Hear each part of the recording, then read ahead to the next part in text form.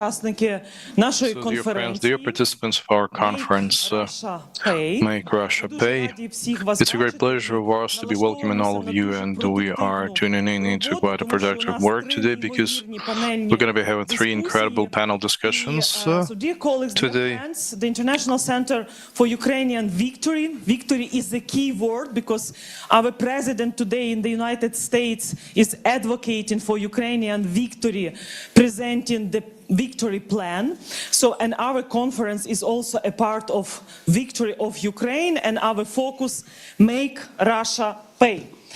And also let me describe today's event. So there will be three main panels.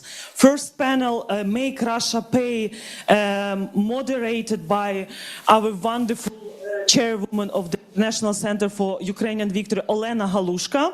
And we will focus on the G7 and the EU decisions and what should be done for full confiscation of Russian central bank assets and Ukraine achievements and next step. Second panel, Bankrupt Russian war machine, introducing war tax on Russian LNG.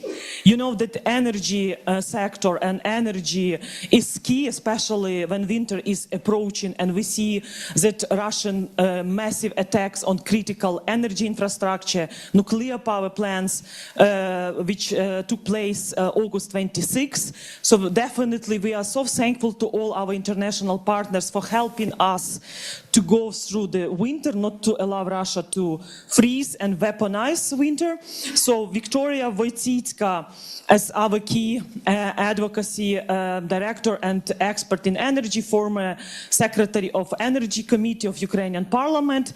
And the third panel, let me also introduce sustainable and accountable mechanism for using seized Russian funds, introducing Ukraine Restitution and Reconstruction Bank.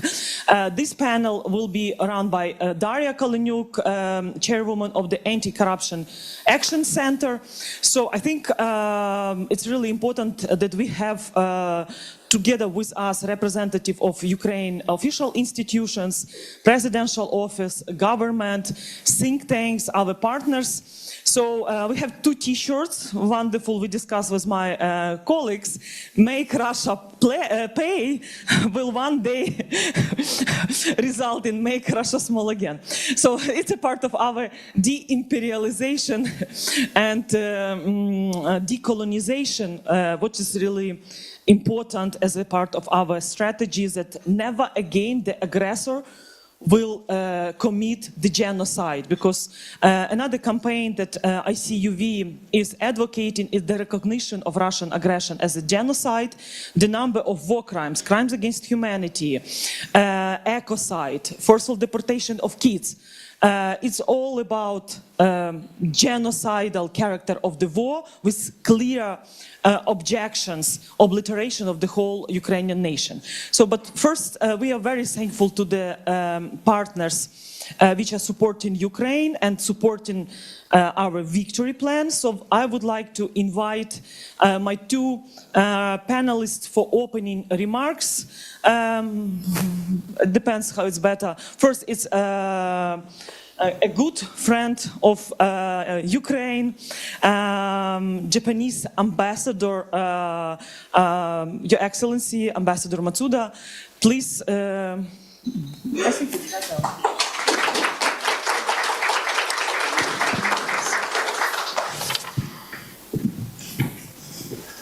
Good morning to all of you, and thank you very much for having me.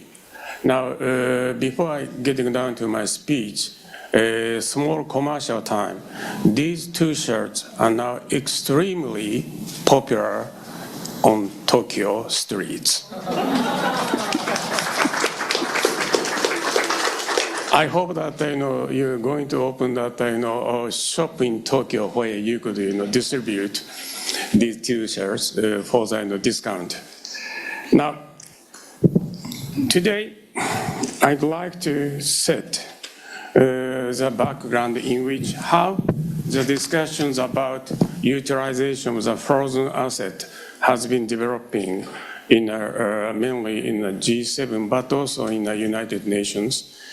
And as Hanna said that this discussion now taking place, this floor taking place in the most important juncture because United Nations General Assembly just started, and also we in the international community anxiously waiting for the content of the victory plan for Ukraine, which certainly should include that economic component, and the economic component should partly based on that how to utilize the frozen assets.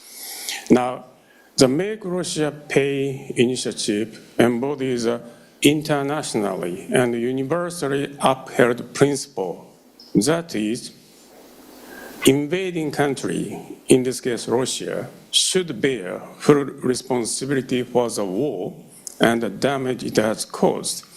And in these connections, since one of my best friends, Katerina, is here, I'd like to comment the European Commission decision to establish a Ukraine loan cooperation mechanism.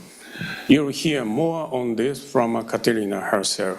And in the meantime, my main message today is Japan stands ready to extend extraordinary revenue acceleration loans to Ukraine, and I come back to this theme later. But before that, let me remind you how our discussions has been developing. First, as reaffirmed by United Nations General Assembly resolution of November 2022, Russia must be held to account for any violations of international law in or against Ukraine. And such violations certainly include violations of course, UN Charter itself, as well as the international humanitarian law and international human rights law. And Russia must bear the legal consequences of all of its internationally wrongful acts, particularly by making reparation for the injury and any damage. So, United Nations General Assembly set clearly the principle for how to make Russia pay for the damage. And Japan and my government fully supports this principle because, first of all, Japan condemned and continue to condemn Russia's illegal, unjustifiable, and unprovoked war of aggression against Ukraine from the day one of the full-scale invasions. Because, as Prime Minister Kishida repeatedly says, Ukraine today might be East Asia where Japan is located tomorrow. So there's a clear linkage between national security in Europe and national security environment in Asia.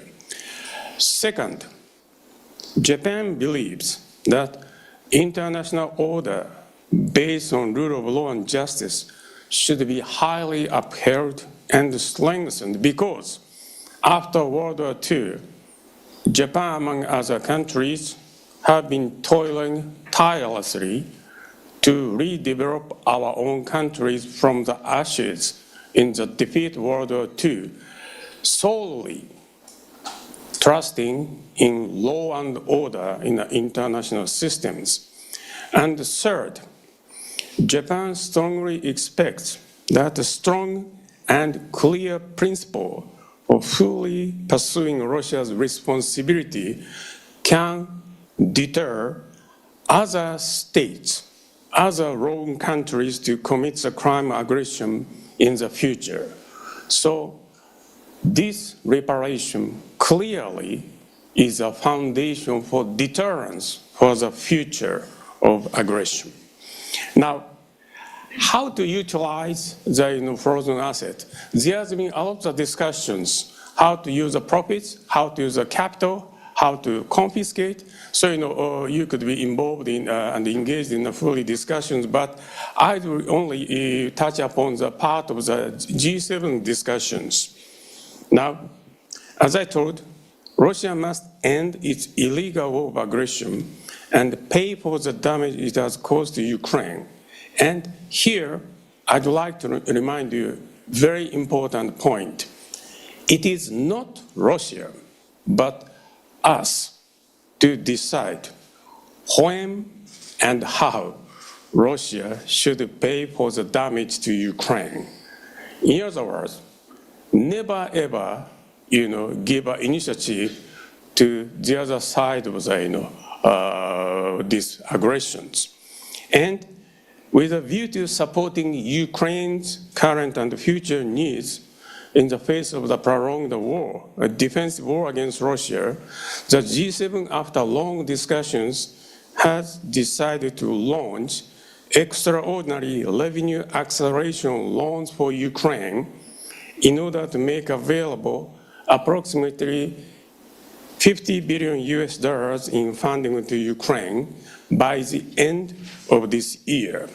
And how we intended to provide financing of $50 billion that will be serviced and repaid by future flows of extraordinary revenues or windfall profits stemming from the immobilization or frozen Russian sovereign assets held in the European Union and other relevant jurisdictions. Now, how to guarantee the, Russia's concessions?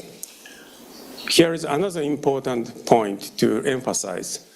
Russia's sovereign assets in our jurisdiction will remain immobilized and frozen until Russia ends its aggression and pays for all the damage it has caused to Ukraine. This is a solely legal and political guarantee. Now, we will certainly, as G7 as a group and Japan individually, remain to maintain solidarity in our commitment to providing this support to Ukraine. And also, we are committed to further discussion of the development on new steps to be taken in the future. Now, let me briefly turn to what Japan has done bilaterally. To date, Japan has pledged and implemented over $12 billion in bilateral assistance and will continue to provide robust support, particularly for short-term in the energy sector, which remains an urgent priority for Ukraine. And we are concerned about upcoming winter seasons.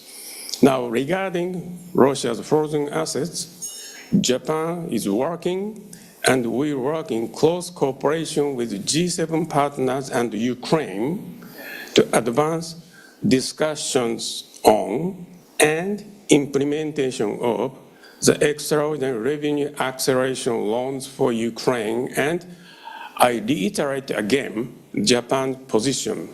That is, Japan is fully prepared to extend these loans to Ukraine. Now, there is a sad news. My Prime Minister, he's a source of the inspirations for supporting Ukraine and also extending harshest sanctions against Russia. My Prime Minister Kishida will be soon stepping down as Prime Minister. And we're soon going to have a new Prime Minister and a new government will be formed on October 1st. But please remain assured, Japan's commitment to Ukraine is unwavering, and Japan will remain a steadfast and trusted partner, friend, and ally for Ukraine in our support to Ukraine and sanctions against Russia. Thank you very much.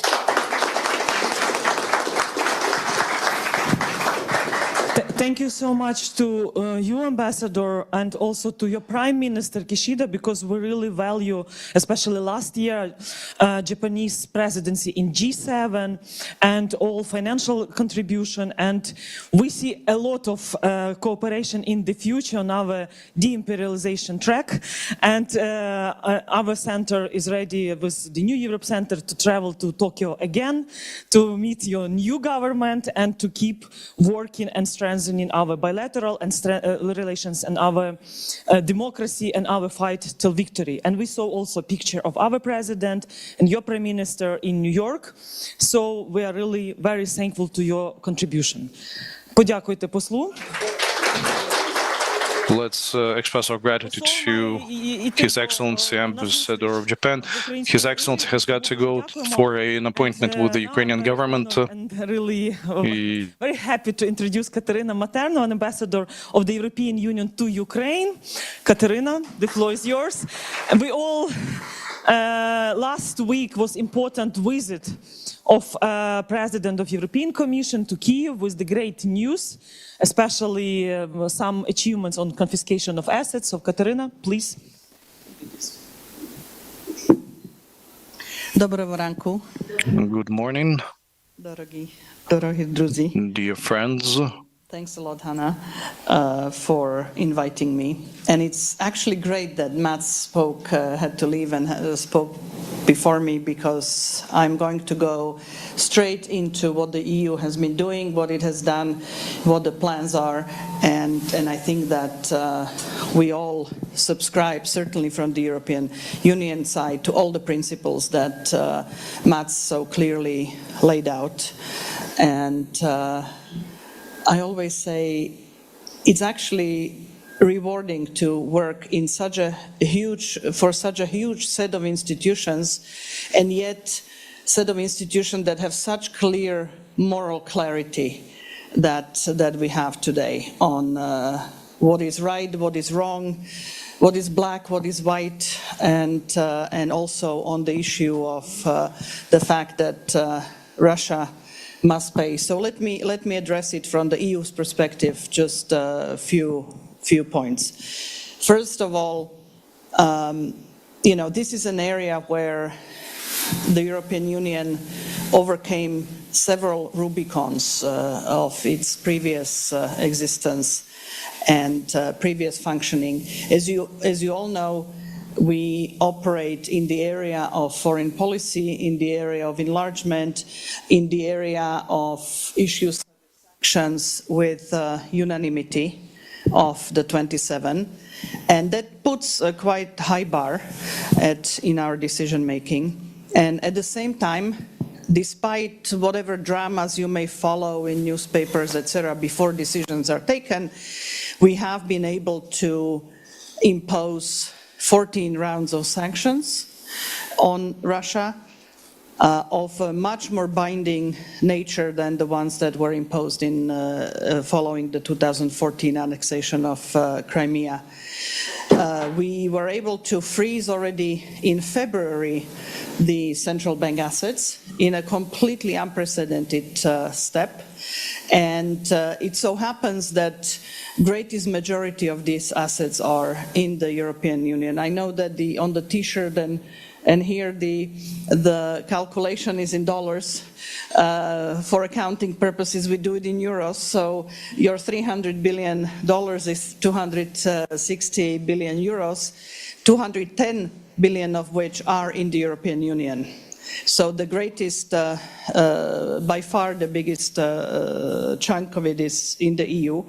And so following the freeze, we actually set the resources aside. They kept working, they kept growing, etc. And in May of this year, I know that I'll get to the announcement of Madame von der Leyen from last week, but what unfortunately was not so noticed, thanks also to our ability to communicate, admittedly, what was not so noticed that already in May of this year, we have legislated on the use of the proceeds of the frozen assets. And as a result of that, 1.4 1.5 billion euros were disbursed in August of this year. 100 billion for energy preparedness, and 1.4 billion for weapons for Ukraine, through a mechanism called European Peace Facility, where member states receive, and this time for the first time, fresh resources for the purchase of air defense, ammunition and other needs, and 400 million out of this 1.4 billion actually via Denmark will go directly to the Ukrainian defense industry to procure from the Ukrainian defense manufacturers, because you are quicker, cheaper. We cut away the logistics and the transport costs and support your economy through taxes and through having the factories that otherwise would be idle actually working at full speed. So this is the first part of the 2024 frozen assets proceeds revenues on the proceeds, and there is going to be a second batch of it that is going to come in March of next year. For the 2024, it's going to be slightly higher than 1.5 because anyway, it's going to be slightly higher than the first batch, and my hopefully reasonable expectation is that even a bigger chunk of that is going to go to the Ukrainian defense industry. This will be aided by Defense Innovation Office that we just opened last Friday.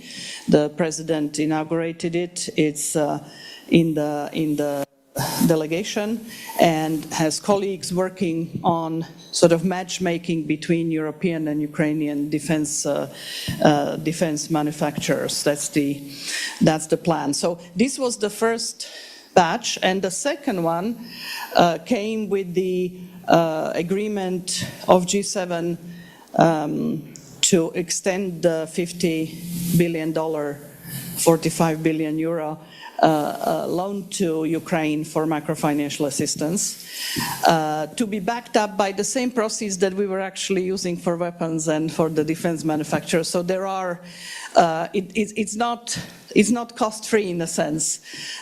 It sort of overtakes what we have been doing with the frozen assets, but hopefully all is going to the same good cause.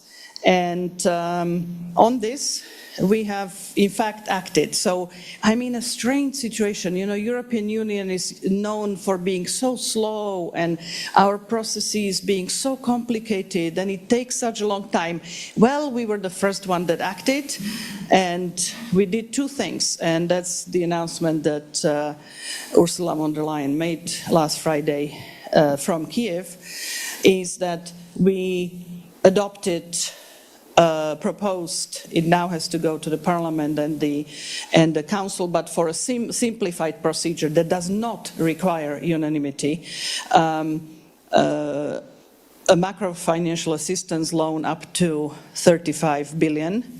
I'm saying up to because if all of the other G7 partners do come in as hoped for and promised, then that's going to reduce the union proportion.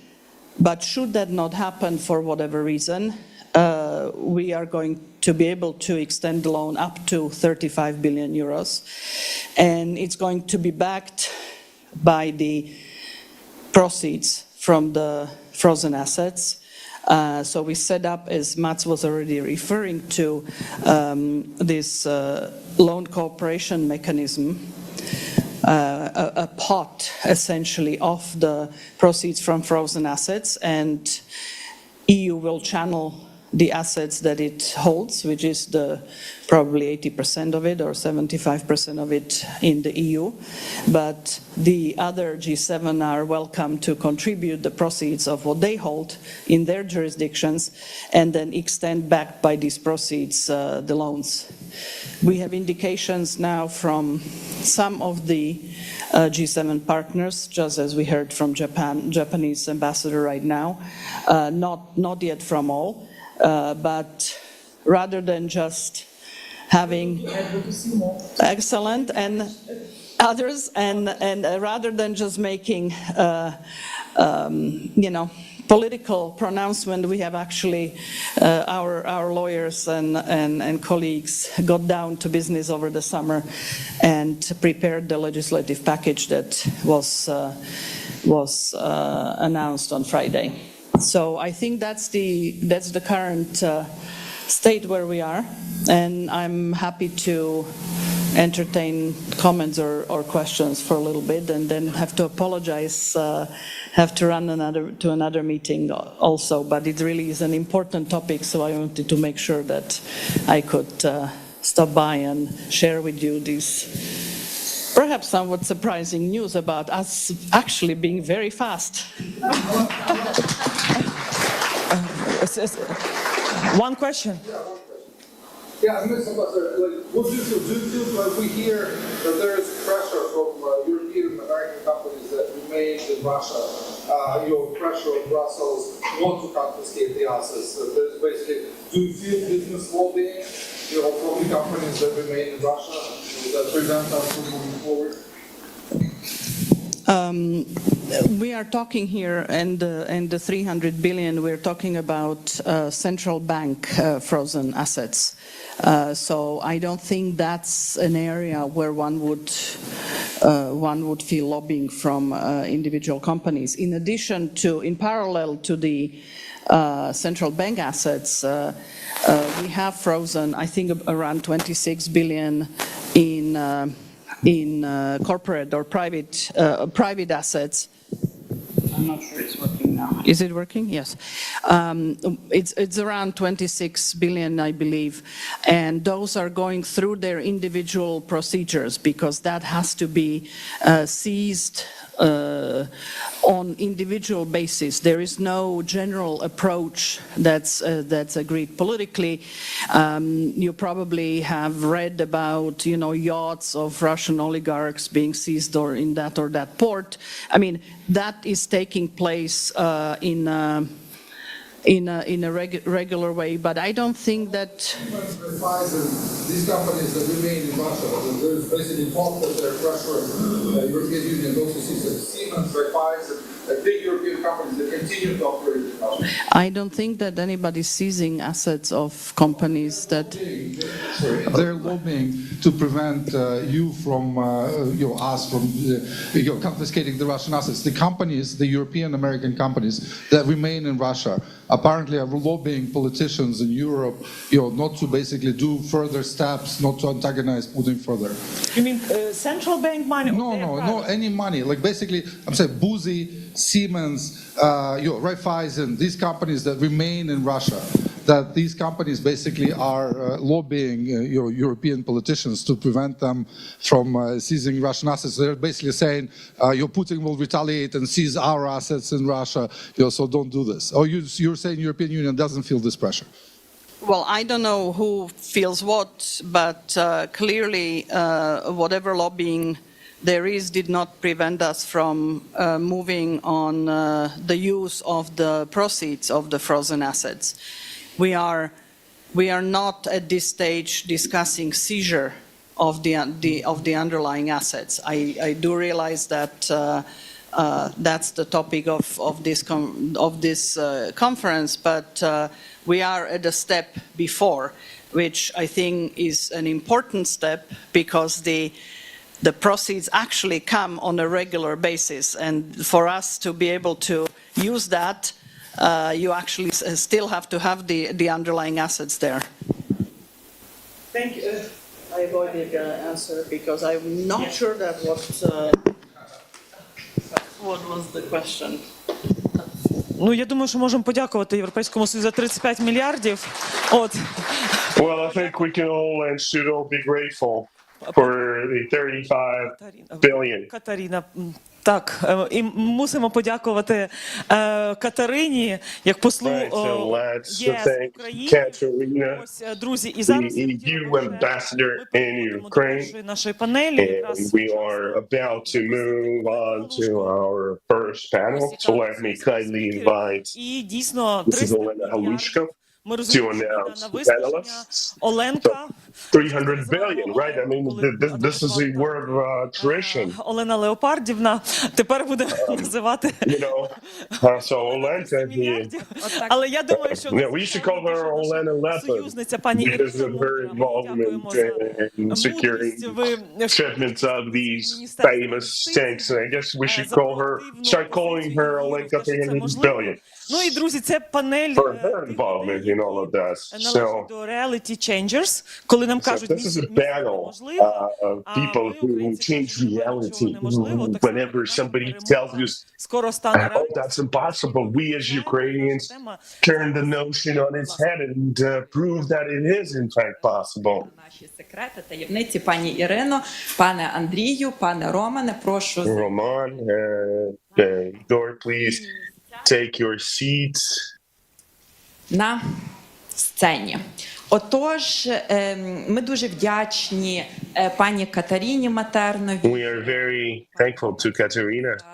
Їхні вступні слова за те, що вони, власне, представили перед нами позиції їхнього уряду на тему конфіскації. А зараз Right, so thank you very much for outlining your position here, talking us through the asset freezing and recovery procedure. So let us just now focus on what we in Ukraine here are doing in this area.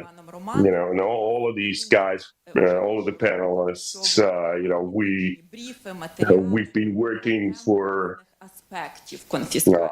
you know, a long time now to cover different aspects of confiscation. And yes, in the EU, right, they follow the one issue at a time approach. So just one step at a time, take one step, but make sure you get that step right. And in the meantime, Ukraine is fighting the existential war of attrition, and we do not have much time. You know, we're really short on time. Нові креативні ідеї, новий креативний погляд на існуючі проблеми. І, власне, so we have to be creative. Прецедент, а не негативний. Тобто той, який може So confiscation, in our sense, it has to be a sort of a positive precedent. Yeah, something that will dissuade authoritarian regimes in the future from ever attempting such a war of aggression for fear of serious financial repercussions. Вже є міжні результати, дуже багато ми чуємо, і вже сьогодні теж про це згадували, що Україні буде надано кредит. We've heard a lot today in general that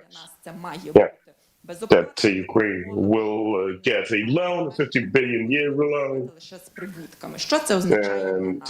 But the fact still remains that our partners still want to work with proceeds, with revenues, right? Not the actual assets, but the proceeds from these underlying assets. So, як з боку української влади якраз оцінюється so will that, 50 billion suffice as an interim decision? What does Ukraine think about all this? What can you share with us? Get more. Хочу подякувати організаторам за I'd just like to thank the organizers for putting together this wonderful event and над яким ми працювали стосовно конфіскації російських активів, це, власне, issue about confiscation, енергію громадянського суспільства. seizing of Russian assets, I think, demonstrates synergies between government and the civil society, whereby we managed to achieve some great results together, albeit not exactly the results we were hoping for, but nonetheless pretty major and pretty significant. So with that, I'd just like to send the words of thanks to civil society, because without your involvement, without your contribution, the seizing and freezing of those assets would have been impossible. So we just need to keep going and keep pushing. There are many more underlying assets all over the world belonging to Russia that need and have to be frozen. Потрібно сказати, що Україна, власне, і виступила тим драйвером. I mean, look, Ukraine has been the driving force behind keeping perpetrators accountable, making sure that the justice prevails. And as we've always said, we seek just peace. This war has been going on for 11 years now. The atrocities that have been committed by Russian Federation, all the destructions and the suffering it brought to our land. We can't just stand aside and ignore this, right? And turn a blind eye to something like this. You have to start doing something. So our fight for justice is a fight towards achieving the end of this war. And again, this is not Ukraine-centric. This is not about Ukrainians only. This is about the global world order. This is about stability. This is about the rule of law and justice. Justice is what our citizens deserve. Anybody deserves, pretty much. So that there can be lasting peace without justice. And justice means holding people accountable for atrocities they committed, for the evil they've done, for their involvement in this aggression, this word aggression. So this is what justice means. And by the way, the Zelensky's peace formula, this is one of the items there, just assessed as, restoring justice. And even though this peace formula was presented to partners last year, but as Olena correctly mentioned, where she started working on this particular item of the formula right after the full-scale war started. Okay, so regarding our partners, and I mean, I'm thankful to all of our partners and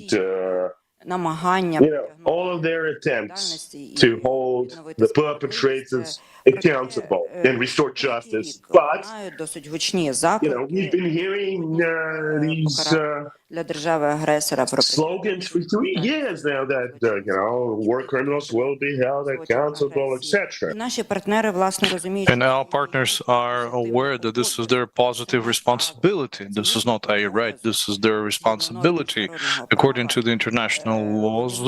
So they have to do everything that they can, and probably if the military and political government, for the government of Russia, military and political, be punished, persecuted, and the aggressing state pay for the damage and suffering that they infringed upon us. As I said earlier, although there's a certain advance, and I'm talking about the International Register of Losses and Damage that has been launched. It only contains one type of applications, but by the end of the year, it's planned to launch several other dozens of categories. Total of 45 categories are planned, and in the nearest future, applications may be filed not only about the houses damaged, and any other properties damage and non-material damage can also be proclaimed, and sexual violence victims and torture victims, survivors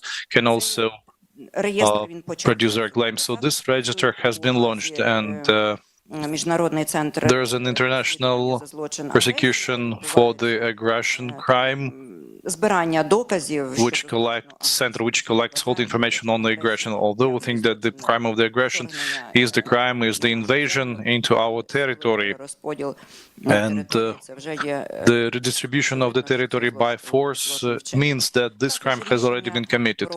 And the decision of excessive in profits is another step, but it's the third year of war, and we need to be frank and open. International institutions which can predict a verdict to Putin and Mishustin for the crime of aggression, or make the Russian Federation pay the damages, have not been created. Yes, we are creating these institutions, but it takes time, and again, Ukraine is a driving force behind this effort, and Ukraine is pushing force behind it, and without our advocacy efforts, things wouldn't be happening. These things wouldn't be happening. Democratic world is trying for Ukraine, is trying to do everything so that Ukraine wins this genocidal war, but providing military and financial support in the volume that we need to win, unfortunately, something that they are not ready to do yet. Everything that they are giving us is to survive. It's a survival kit, and during the negotiation, we tell our partners about this, and probably this is not a diplomatic way of conducting affairs, but this is the truth. This is what we live in the every day, and they need to understand to survive.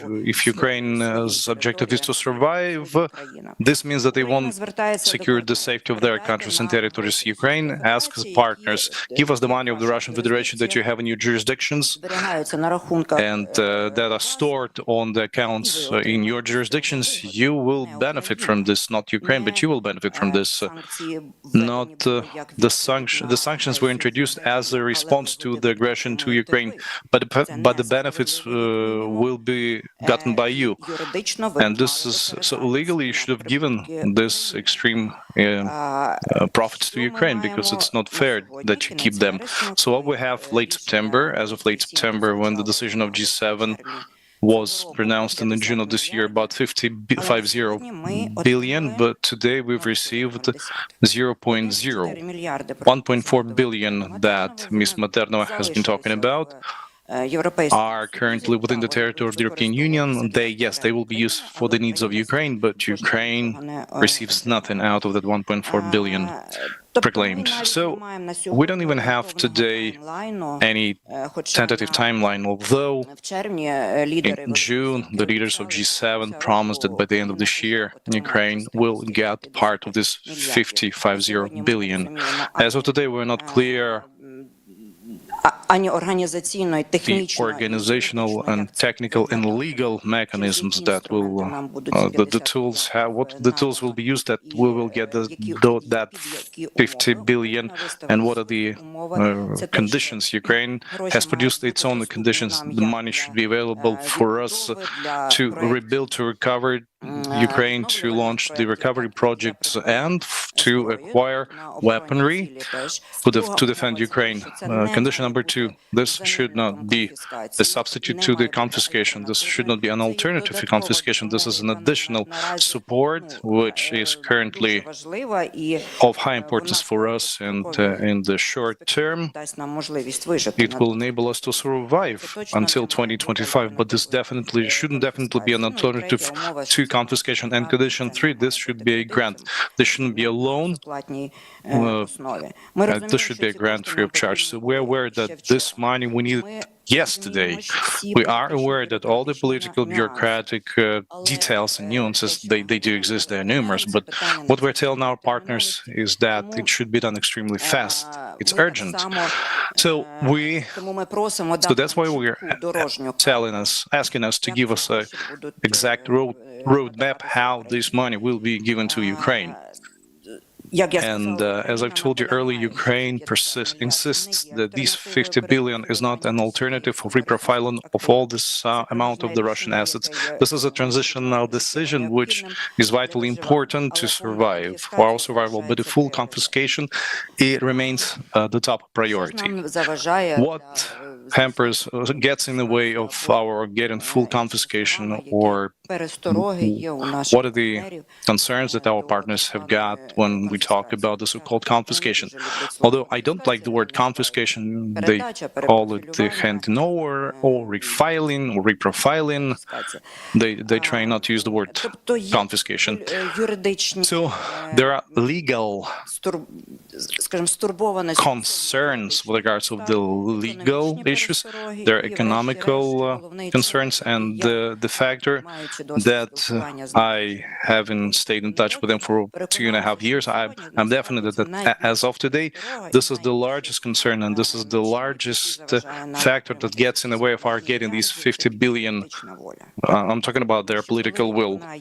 Because if there's a political will, legal constructions, economical, let's say, safeguards, or economical, financial shock, everything can be developed, created, implemented implemented, and they are created.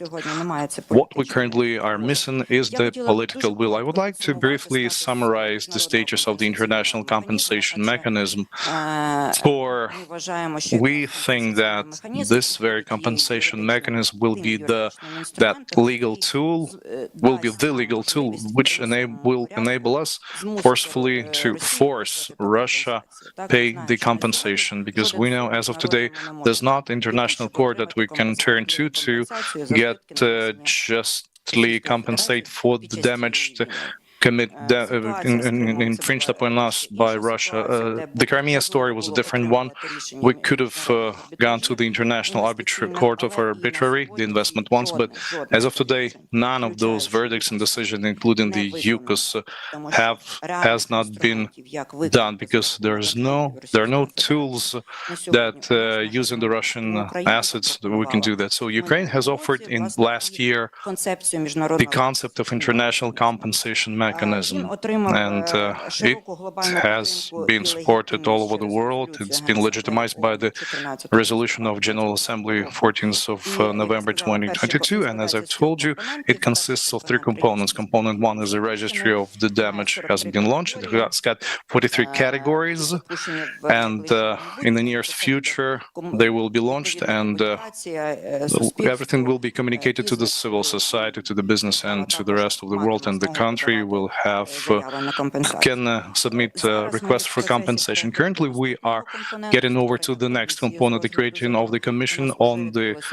selection of the requests. In September, we've had the second session of the sessions of the countries participating in this coalition of creating of the compensation mechanism, during which we have discussed the provisions of the international agreement to create the very commission, and we have discussed the structure of the very commission. So we are also moving in this direction, because this is an international agreement that will need to be ratified. This is not a fast and easy process. Our objective is to launch this compensation commission in 2026. All through 2025, we will have coordinated the contract agreement with all the countries who will join. Since 2026, the commission will be launched, and the commission will make the decision as with regards to the sum to be paid to particular people who've survived and suffered. The third is the compensation fund. As of today, the only possible source for this fund is the other Russian assets, and I'm telling you that 300 million of Russian central banks frozen all over the world, billion. So the creating of this fund or using of any existing, it doesn't matter if it's going to be all made from scratch or an existing fund will be used, or the fund or the bank that we will be talking during session 3, the Ukrainian Restitution and Reconstruction Bank.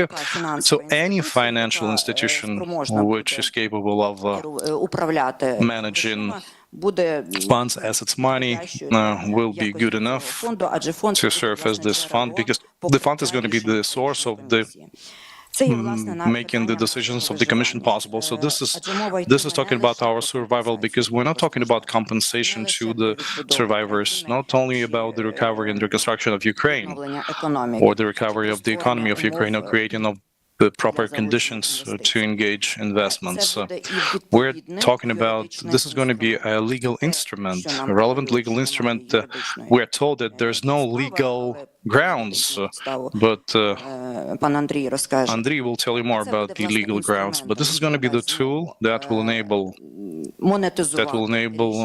monetize the decision of the compensation commission. And since this is going to be a tool which will have to be created, supported by the rest of the world, it will be legitimate, and there'll be no attempts on the side of the Russian Federation to claim that it's not right, or to be saying that this is not, it's not supported by the world, or it's illegitimate. There'll be none. So all the Russians claim will be useless. So, and it meets the requirements of the international law, and we're aware that this is the process that needs to be very well thought of. Speaking about the legal side, everything is clear, and we have the memorandum of the 12 largest and the most respected, one of the most respected international lawyers of international law, the professors in international law, who explain how a widely accepted rule or the doctrine of countermeasures allows the transfer of the letter, speaking about the legal grounds. So these 300 billion should be given to the compensation fund. And again, we've been hearing that this type of transfer will enable shocking stages for the financial system of the European Union, since the largest amount of the assets of Russia are within the European Union. But I'm definitely that our economic scientists also have good explanations how this can be averted, this risk. I'm talking about how what safeguards need to be created and may be created in order to ease the pain. So it's not that difficult, because when we check the structure of these assets in terms of currencies, that we see that the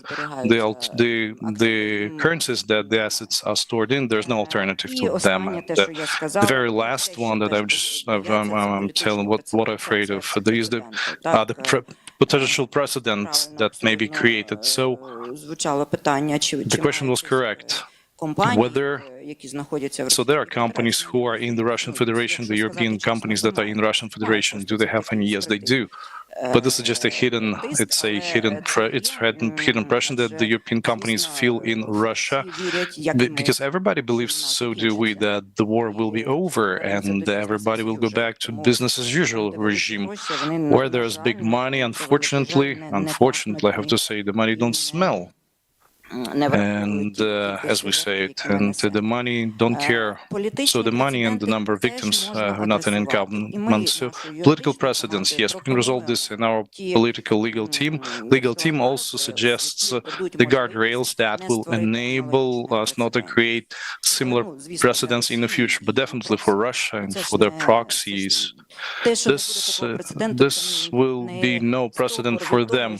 But this will not, they've already started confiscating assets within Russia. So we are running into the thing that there's no political will, and this is a lot tougher thing to overcome. The absence of political will, the government, the authorities, this is very tough to do it without the civil society, without the support of the civil society, without the support of the legal society, and without the point of view of the MPs of the countries where their Russian assets are deposited.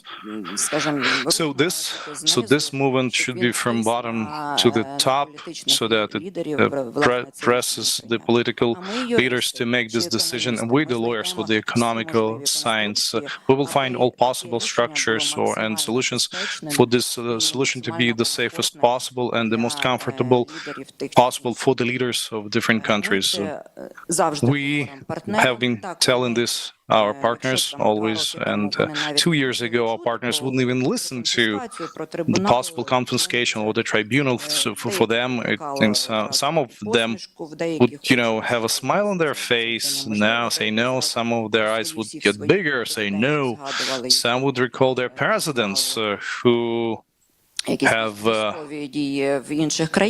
military actions going on in some other countries, but now the situation is, the tables have turned and the situation is different, and so there's now a will to find a solution on the matter. And but here we need your support, you, the civil society, the journalists, the citizens of the country, of those countries. We need your support. So I'm urging everyone to join this effort. It's time to start going, and it's time to make decisions. Thank you very much. Thank you very much, Irina. And well, you've described everything in details, and you've touched upon all the aspects, and you've provided the answers to. You've drawn the whole picture, just the way we see it. And one thing is clear: is that the full confiscation for us, for Ukraine, for the state of Ukraine, for the representatives of the authority and the civil society, this is a top priority for us, and we will definitely be working upon that. So, our colleagues and I, we've launched this campaign, Make Russia, exactly 1 year ago, and ever since we've been partnering, we've been cooperating with an incredible international lawyers group that Philip Zelikov, along with his friends, have launched, and they've developed these approaches, and they've explained it in detail. One thing is when the Ukrainians produce the explanation, but the other thing is when the international lawyers, foreigners, provide the grounds and explanation. We've also joined in the communication effort, and we've also studied the possibilities of claims of the of confiscation in different courts. We've studied and we've drawn the timeline of how Russia already confiscates the Western assets. It had started long before, when the Westerners started thinking about confiscating of the Russian assets. So these two things are not linked one to the other. Andrei Mikheyev, our legal expert, the main advisor to the International Ukrainian Victory Center, please brief us where we are legal-wise. Good afternoon, everyone. It's a great pleasure to be seeing all of you today. And when the very first talks on confiscation of the Russian central bank assets started, so the counter-arguments were launched. It was not possible. It was very complicated, but there were a lot of other risks and fears. They had some grounds, those fears back then, and they looked serious. And at the very beginning, at the top spot, there were legal risks, and legal fears now are key partners, are focusing more on the economic ones, although when there'll be talks about full confiscations of the Russian assets, the legal risks, again, will be thoroughly discussed. And all through this, there's been work to break these fears, fears to tell things are different from what you see, and that there are legal explained alternatives. And currently, when we're discussing the topic of full confiscation, we need to again rebuild in our memory, and we need to talk about the legal risks that our partners have been voicing. They can be split in three major groups. Just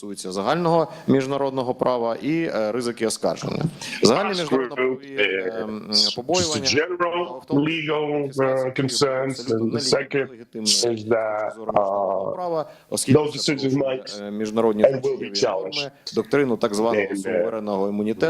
court of law. So the first general category has to do with the doctrine of sovereignty, whereby you're not allowed to seize another country's assets using the court system of a different country, the country where those assets physically exist. But having looked at all the laws and having studied the situation in great detail, and we were working with the best international lawyers. So having looked at all this, we realized that this doctrine of sovereign interest is not applicable, because the seizure is not going to go through the court system, but rather through enforcement decisions. And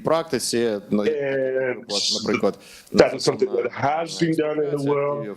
І це абсолютно прийнята практика, і там вже питання має бути воно appropriated, але питання законності її не постають. В принципі, ті звичайні still remain with somebody will have to compensate for it, but the actual procedure as possible. В даному випадку застосовуватися не можуть, тому що природа таких заходів буде зовсім інша. Окрім цього, саме через призму міжнародного права буде відбуватися конфіскація. What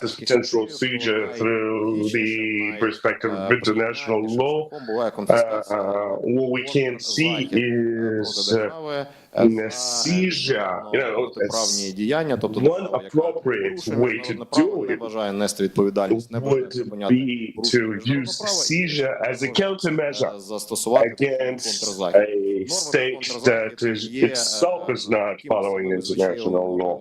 So, a countermeasure імунітет, однак в даному випадку більш є точними та прийнятними застосовувати конфіскація. just as good as sovereign immunity doctrine, Написано so чимало. it can be used. Написано чимало. So, I mean, lots of studies have been вже погодилися з made in this area, аргументи. and I think most legal scholars Вони є правильними. І, в принципі, agree that these arguments, РЕПО, який був прийнятий в these deserve consideration. саме за цією логікою побудований. I mean, the recent конфіскація U.S. laws активів, that have been passed in that country, they just follow the same logic pretty much, using seizure as a countermeasure against постала друга група ризиків. А що буде, якщо у a state such as Russia? Now, the other major group of risks is this, right? So concerns. So національні суди, якщо це буде what's going to happen if Russia конкретні країни, Russian companies і вони це оскаржать, і ми маємо це повернути, ще заплатити юристам, forcing us to return all that and then pay some compensation on top, pay legal fees on top. So what do we do with all that, right? So that's the gist of this concern. So we started looking into this issue starting this year, and initially we looked into the possibility of a legal challenge of a full seizure of Russia's assets going through international courts and tribunals. So we prepared a pretty in-depth study with lots of actual cases, actual precedents. That's been published already, so you can check it out for yourself. So I'm not going to delve into details there, but Міжнародний суд, looking at UN's International Court, International Investments Tribunal, European courts such as the EU Court, the Justice Court, the European Court of Human Rights, etc. So, going фактично не those courts that are attempting to challenge the seizure through these courts, Russians have very slim chances of success. правовий навіть процесуальний статус не дозволятиме їм We're not even considering справ по суті. Тобто в цьому дослідженні trial on merit isn't likely to happen. Сценарії, зокрема, наприклад, As судді ООН, the plaintiff in that case would not be admissible. тільки якщо вона подасть декларацію про визнання юрисдикції цього міжнародного суду ООН і виключно щодо тих держав, які вже раніше. Але ніщо не заважає Німеччині допустити відкриття в міжнародному суді ООН. Росія перспективно для неї. Оскільки, and even if it were to happen so, the actual trial on merit на противагу і порушення Росія going to pan out very well for Russia, because looking into that hypothetical case, the court will be forced to explore other issues, connected issues that led to that situation, including war crimes and atrocities and all that stuff. Зокрема, яке вже згадувалося, яке зараз відбувається of Russian success are next to none. Now, in this particular court, now looking at an international investment tribunal as well, Russia's central bank, as a possible investor, has some sort of a leeway, фінансова установа визнавалася інвестором, проте враховуючи, що російська звичайний конституційний статус, він є рука держави, інвестором в цьому відношенні, as far as these courts are concerned. А навіть до розгляду питання this is a state entity, в цьому трибуналі, and therefore isn't likely to make it to the trial on merit stage, but even if it did, скарги, а міжнародне право в цілому. Tribunal will have to look at the issue in its entirety, Порушень міжнародного права та їх meaning that it will have to touch upon the fact of aggression. Якщо ми повернемося до європейського It's not going to pan out very well for Russia. Now, European Court of Justice, скептиків люблять right? So a lot of рішення skeptics Європейського суду по refer to the Venezuela decision of the European Court of Justice, where Venezuela was, in в принципі, у fact, Росії є такі самі шанси deemed the eligible plaintiff. Maybe that Russia could do the same, right? Що після цього, коли суд розглядав There exists precedent for that. But then most people forget that when it came to trial and merit stage, Venezuela's case just got busted, right? They lost. Союз є дуже послідовним в тому плані, що всі заходи спільної іноземної безпекової політичні заходи, які вони застосовують до порушників, вони мають вони є законними і правомірними. І якщо питаннями європейського російська якусь скаргу, проте get some advantage during the trial and merit station in that kind of court. Now, European Court of Human Rights, also highly unlikely for us to be deemed as an eligible plaintiff, and that they will have to accept its jurisdiction over the country. Питання саме на користь держави, яка таку конфіскацію здійснювала. And yeah, and I mean there exists precedent that оскарження Росії в міжнародних судах та трибуналах, які, от як ми з вами вже проговорили, є абсолютно не мають жодного підґрунтя. Have conducted seizure arrests that have been ruled to be in the right by the European Court of Human Rights. So that this precedent exists. Okay, so Russia isn't likely to achieve anything. Now, another way Russia could try and challenge such a seizure is by going through national court systems of various countries. В рамках цієї держави підуть в Конституційний суд і спробують визнати. I mean, so for example, Russia's proxy might take it up to the Constitutional Court or Administrative Court of the country where they operate on behalf of Russia to try and challenge that seizure.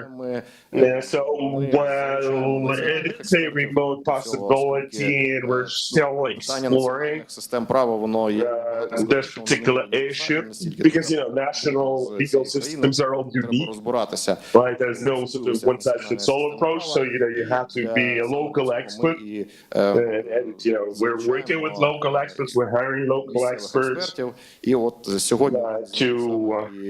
help us understand the situation within their respective countries better, and we actually have one of such experts on the scope today. Thanks. Перейдемо в глибину про Right, Andrei, thank you very much for this. So before we delve any deeper into this area, let's take a step back Іриною згадувалося і пані try and address the questions brought up by Irina and by Mrs. Ambassador Maternova.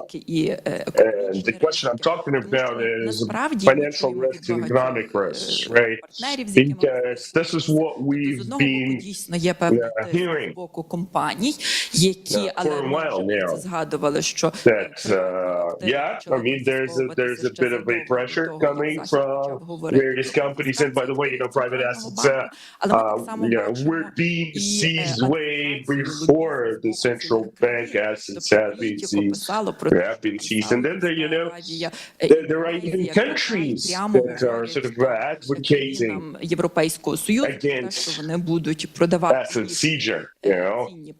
Countries like Saudi Arabia, China actually sort of threatening you, saying that they will sell their securities if they do decide, in fact, to seize those assets. Резервним валютам, якщо ця конфіскація здійснюється спільно країнами Групи Семи. От, пане Романе, будь ласка, розкажіть. I think one idea you can overcome these threats and these challenges is by doing this in a sort of a united effort.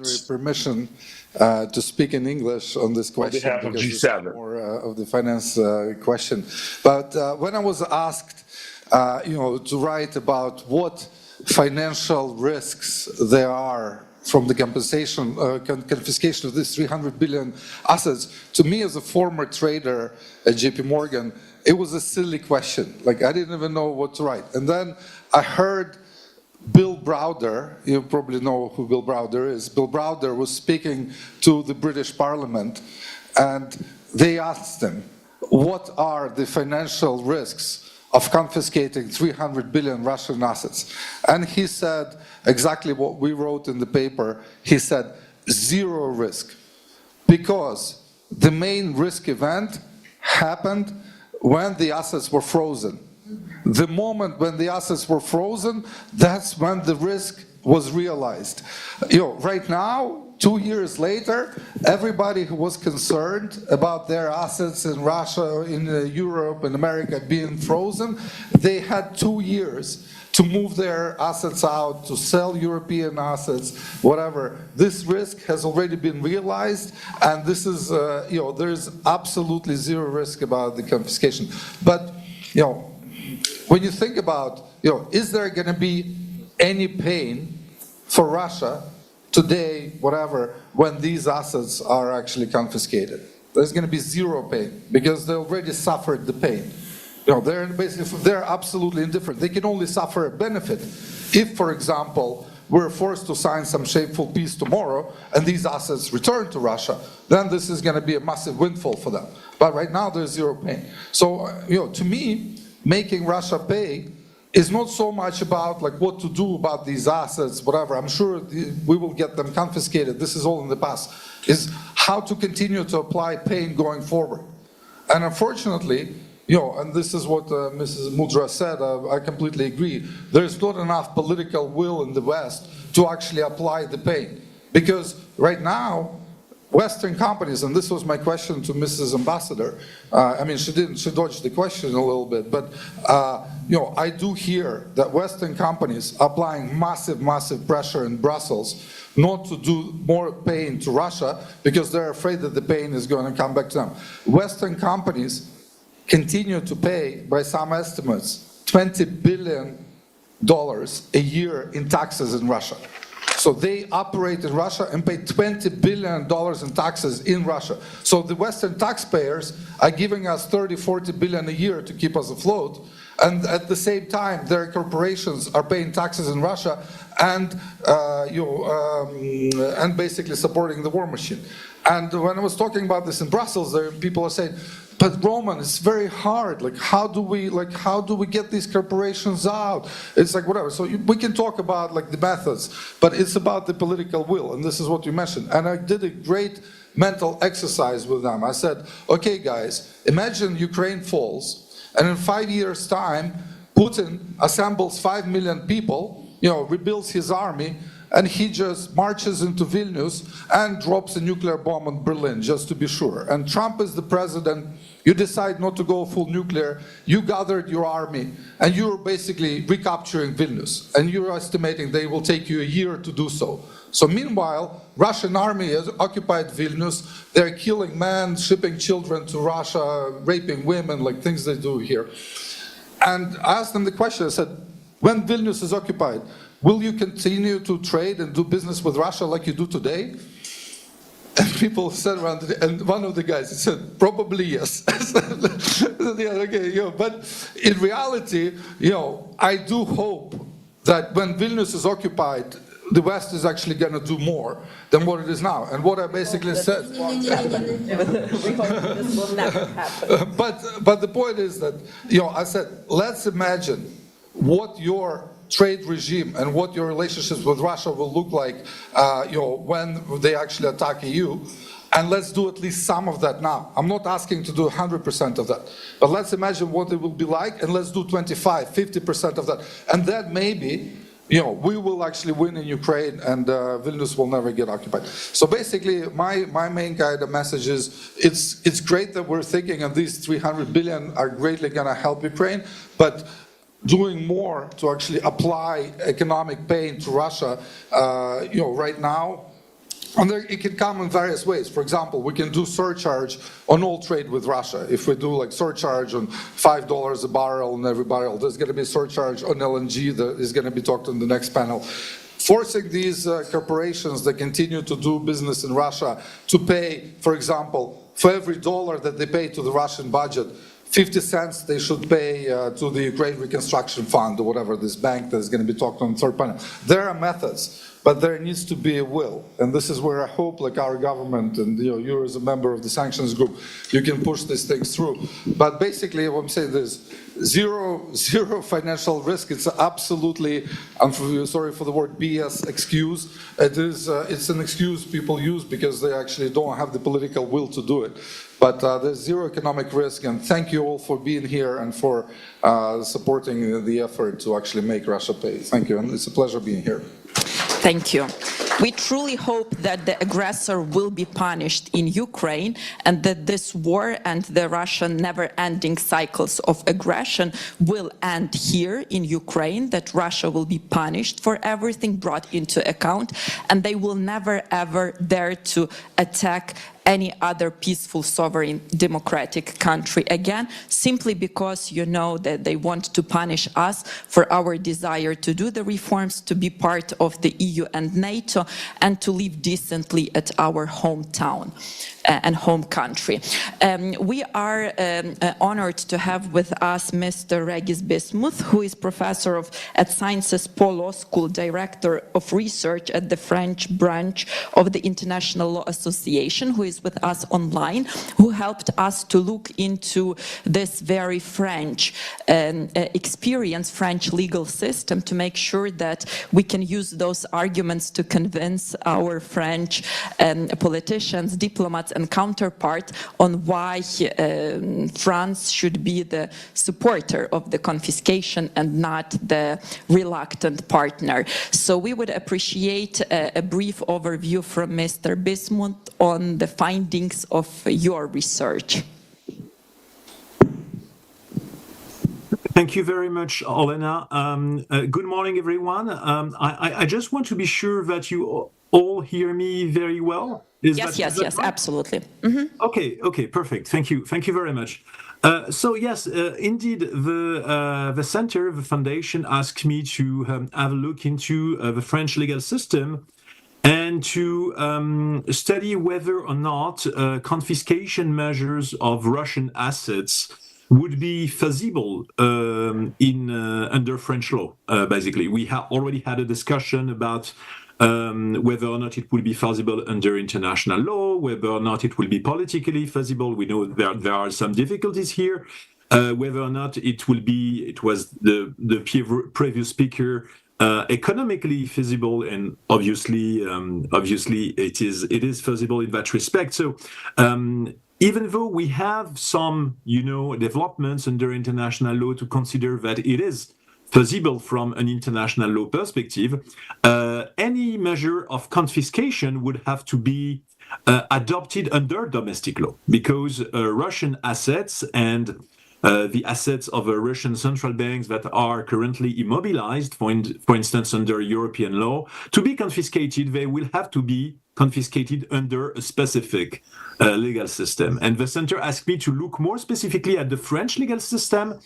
And I think that some of the issues that I'm going to discuss are more or less the same in other legal systems. We have concerns about, property rights. We have concern about the legality of such measures under, certain constitutional guarantees, such as the right to property. So I'm not going to discuss every detail of the study I wrote, and I understand that my study will be available in English very soon on the website of the center. But I would like to focus more specifically on two issues. The first one, and it was the first question that was asked, is whether or not France actually could adopt such measures. This is the case for France, but I'm pretty sure that this is the case for any other jurisdiction. The fact that when we do not have a specific legal framework for confiscation of other states' assets, it's not the case in France, it's not the case in many other countries, a domestic statute is necessary. So this is not a measure under French law that can be taken by the executive branch. It is a measure that requires the adoption of a statute by the parliament. And this is why, of course, we could have some, political constraints here in France, but in other political legal system, because when we require only a decision by the executive, it's of course easier than, the adoption of a specific legislative statute that requires a specific legislative process, basically. And this statute needs to be adopted by the French Parliament, and this statute would have more specifically to mention what are the categories of assets that could be confiscated, what could be the administrative procedure for confiscation of assets, and how the assets confiscated could be potentially used or transferred, for instance, to an international compensation fund. So this is the first issue. We need a statute, and this is the case in other legal systems. There will be a decision by the parliament, and this could be, of course, politically complicated, but it's not as such impossible. Then there's another concern, another issue, whether or not, under domestic law or under international law or European law, there would be limits on such confiscation measures. And whether or not such measures could be challenged before domestic courts, before administrative courts, constitutional courts, before the European Court of Human Rights, before the Court of Justice of the European Union. And in this regard, I would like to highlight, I think, two main issues.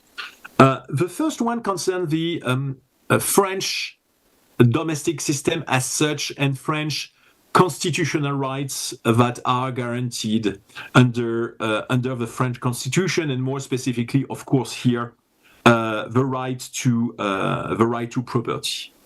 And the question I discuss in the study is what would be leaving aside some procedural technicalities under the French judicial system. In the French judicial system, the question I raised in the study is whether or not the Constitutional Council would accept such measures under domestic law, would accept whether or not such measure would be constitutional. Because under French constitutional law, no one can be deprived of its property rights unless public necessity is required. And what I've mentioned in the study is that basically under the case law of the French Constitutional Council leaves a great margin of appreciation to the legislative bodies to decide exactly what is public necessity, how to define public necessity, and the French Constitutional Council only consider that such measures are unconstitutional when there is what we call a manifest error of assessment. And given the developments under international law, given all the issues that were mentioned by Andriy, for instance, concerning the possibility to take countermeasure, the possibility under international law, even if we are in the gray area here under international law, of course, but it's a constant field of development. But there are many arguments to make that under international law such measure will be feasible. And taking into account this gray area, or as such, this possibility, these arguments, my view is that the French Constitutional Council would not, scrutinize in detail the decision that would be made by the legislative body to confiscate Russian assets. So my assessment would be, with regard to property rights, I do not have the impression, and it is my opinion, that the French Constitutional Council would not scrutinize the decision made by the French legislative body. We know that there is a UN General Assembly resolution calling for, reparation. There are many international law arguments. So I would think that from a French constitutional law perspective, there's no big problem here. Of course, there's a political issue, whether or not there will be an agreement within the parliament. But from a constitutional procedure perspective, constitutional litigation perspective here, I do not see a big problem. The last issue I would like to mention very briefly is another thing that I've mentioned in the study, is whether or not such confiscation measures adopted under French law, but under the law also of any other EU member states, would be considered compatible with EU law, with the law of the European Union.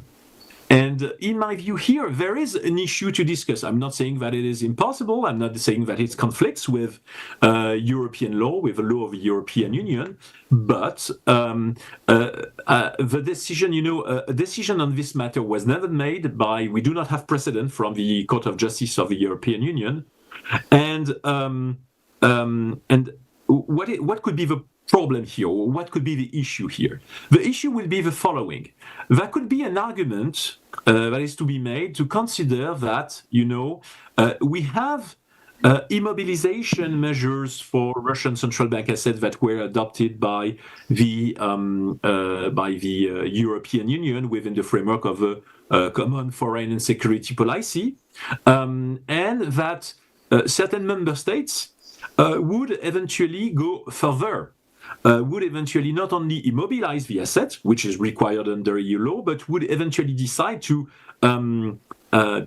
confiscate these assets. And in that respect, and this is something I mentioned also briefly in the study, I think that this raises a question of EU constitutional law to some extent.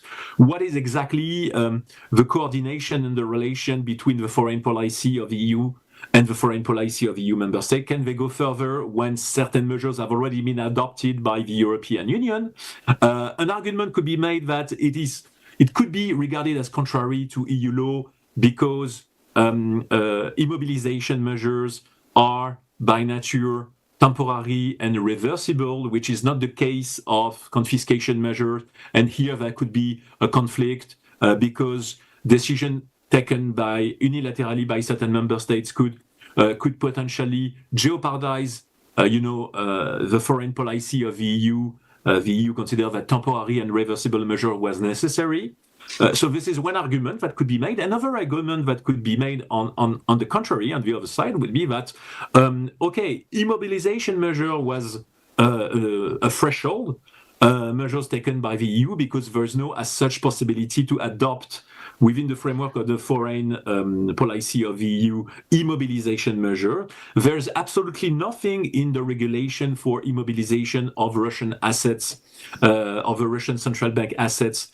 There's nothing specific prohibiting member states from taking more restrictive measures. And in that light, there's still a latitude given to member states to go further and to implement more restrictive measures than the European Union actually adopted. So in that light, I would say there's room for discussion, but there are many arguments to be made to support confiscation measures of Russian assets decided by member states of the European Union. And I really think that at this stage, even though there are some gray areas with regard to the legal analysis of such measures, I think that the big problem now is the political will by EU member states, by certain EU member states to adopt such measures. Basically, from a legal perspective, I would say that there is a good argument to be made. I hope I wasn't too long, and thank you very much for your attention. Thank you very much. It was a very valuable contribution, and we again are coming to the same conclusion that there is political will, the issue of political will, but we have the new European Parliament that was elected in June. We will have a new European Commission. We will have the new High Representative for the Foreign Policy, and if the candidacy of Kaja Kallas will be appointed, I would say that this opens the door again for giving the second breath to this question, because there's indeed, if there is the will, as Pani Irena said, there is always the way to find the mechanism. We have one more very important video for us from Madam Yulia Ziskina. She is the legal counselor at the Razum for Ukraine. They were the drivers behind the adoption of the Repo Act, and that experience is very important because the US went a few steps ahead of the other countries, proving that if there is the political will, there can be the instrument established. But now, as we have the legal tools and instruments in the US, we need to push more for those instruments to be actually implemented and applied. Can we have Yulia's video? Yes, please. I'm sorry, and she cannot join us because of the time difference with the DC. Act, what it means, the progress and challenges related to its implementation, and where we go from here. So on April 24th, 2024, Congress passed the Repo Act with overwhelming bipartisan support, and it was signed into law. The Repo Act affirms the president's authority to seize Russian sovereign assets immobilized in the US, and it empowers the president to establish a domestic Ukraine support fund. Of course, it's within the discretionary authority of the president to seize and transfer the assets. But what is mandatory is that the Repo Act requires the administration to report to Congress by October 20th of this year all Russian sovereign assets that are within the jurisdiction and reach of the US. This includes assets held in US financial institutions and correspondent banking accounts and offshore partnerships that are subject to US sanctions.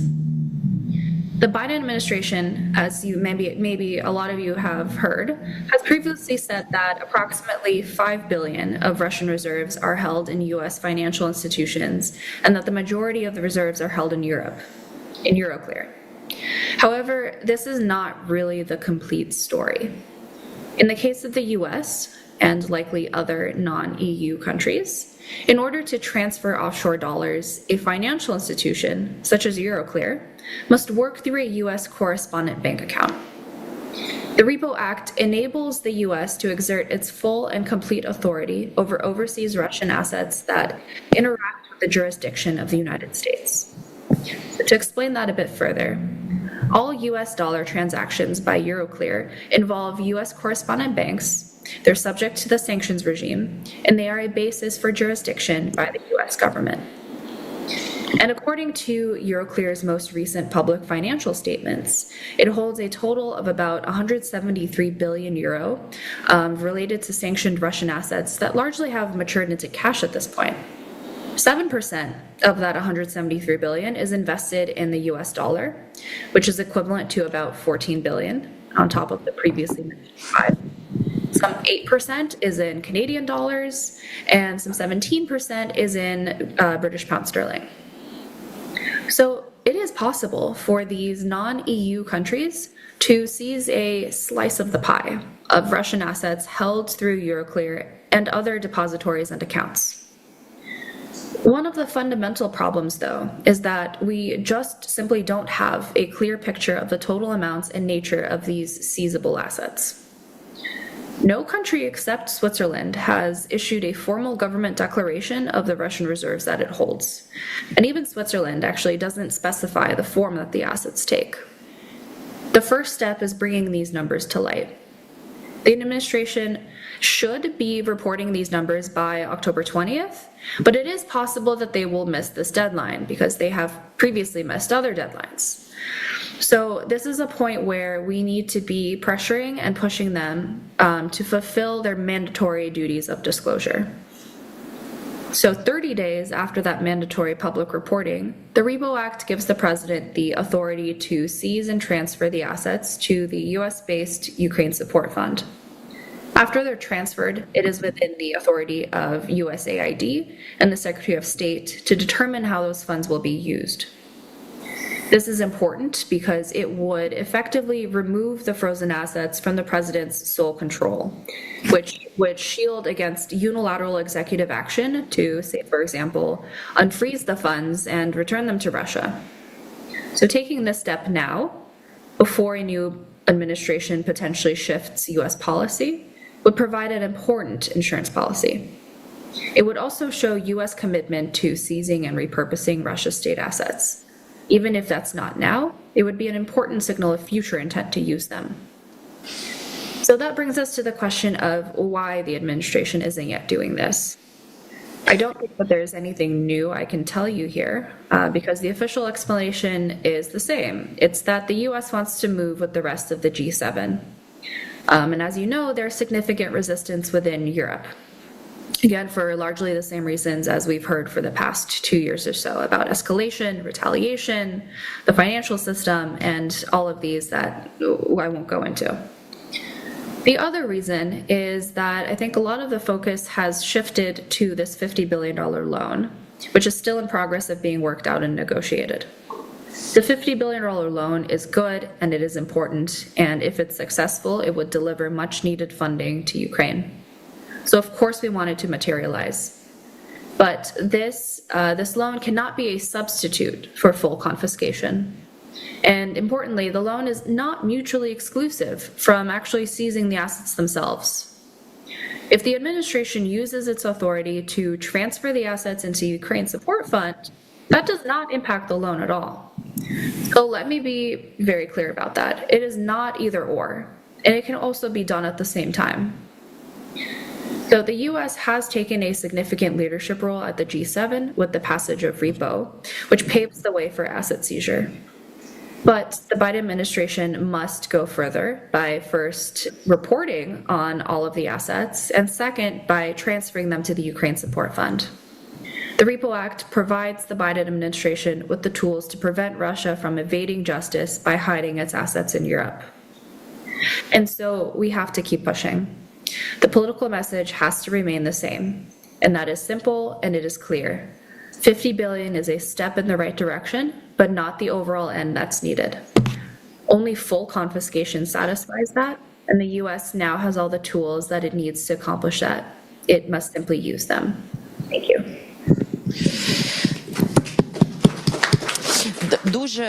Thank you very much. Thank you very much, our dear panelists, and I'd like to express my gratitude to the audience. It's a pity that, unfortunately, we've had very little time because the topic is of high importance, and you can spend days and days discussing each and every aspect.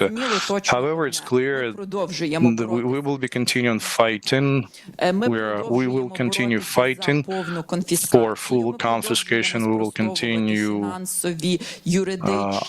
saying that only financial, legal, and all other arguments are not that scary. We work in close cooperation with the representatives of the authorities of Ukraine. Yeah,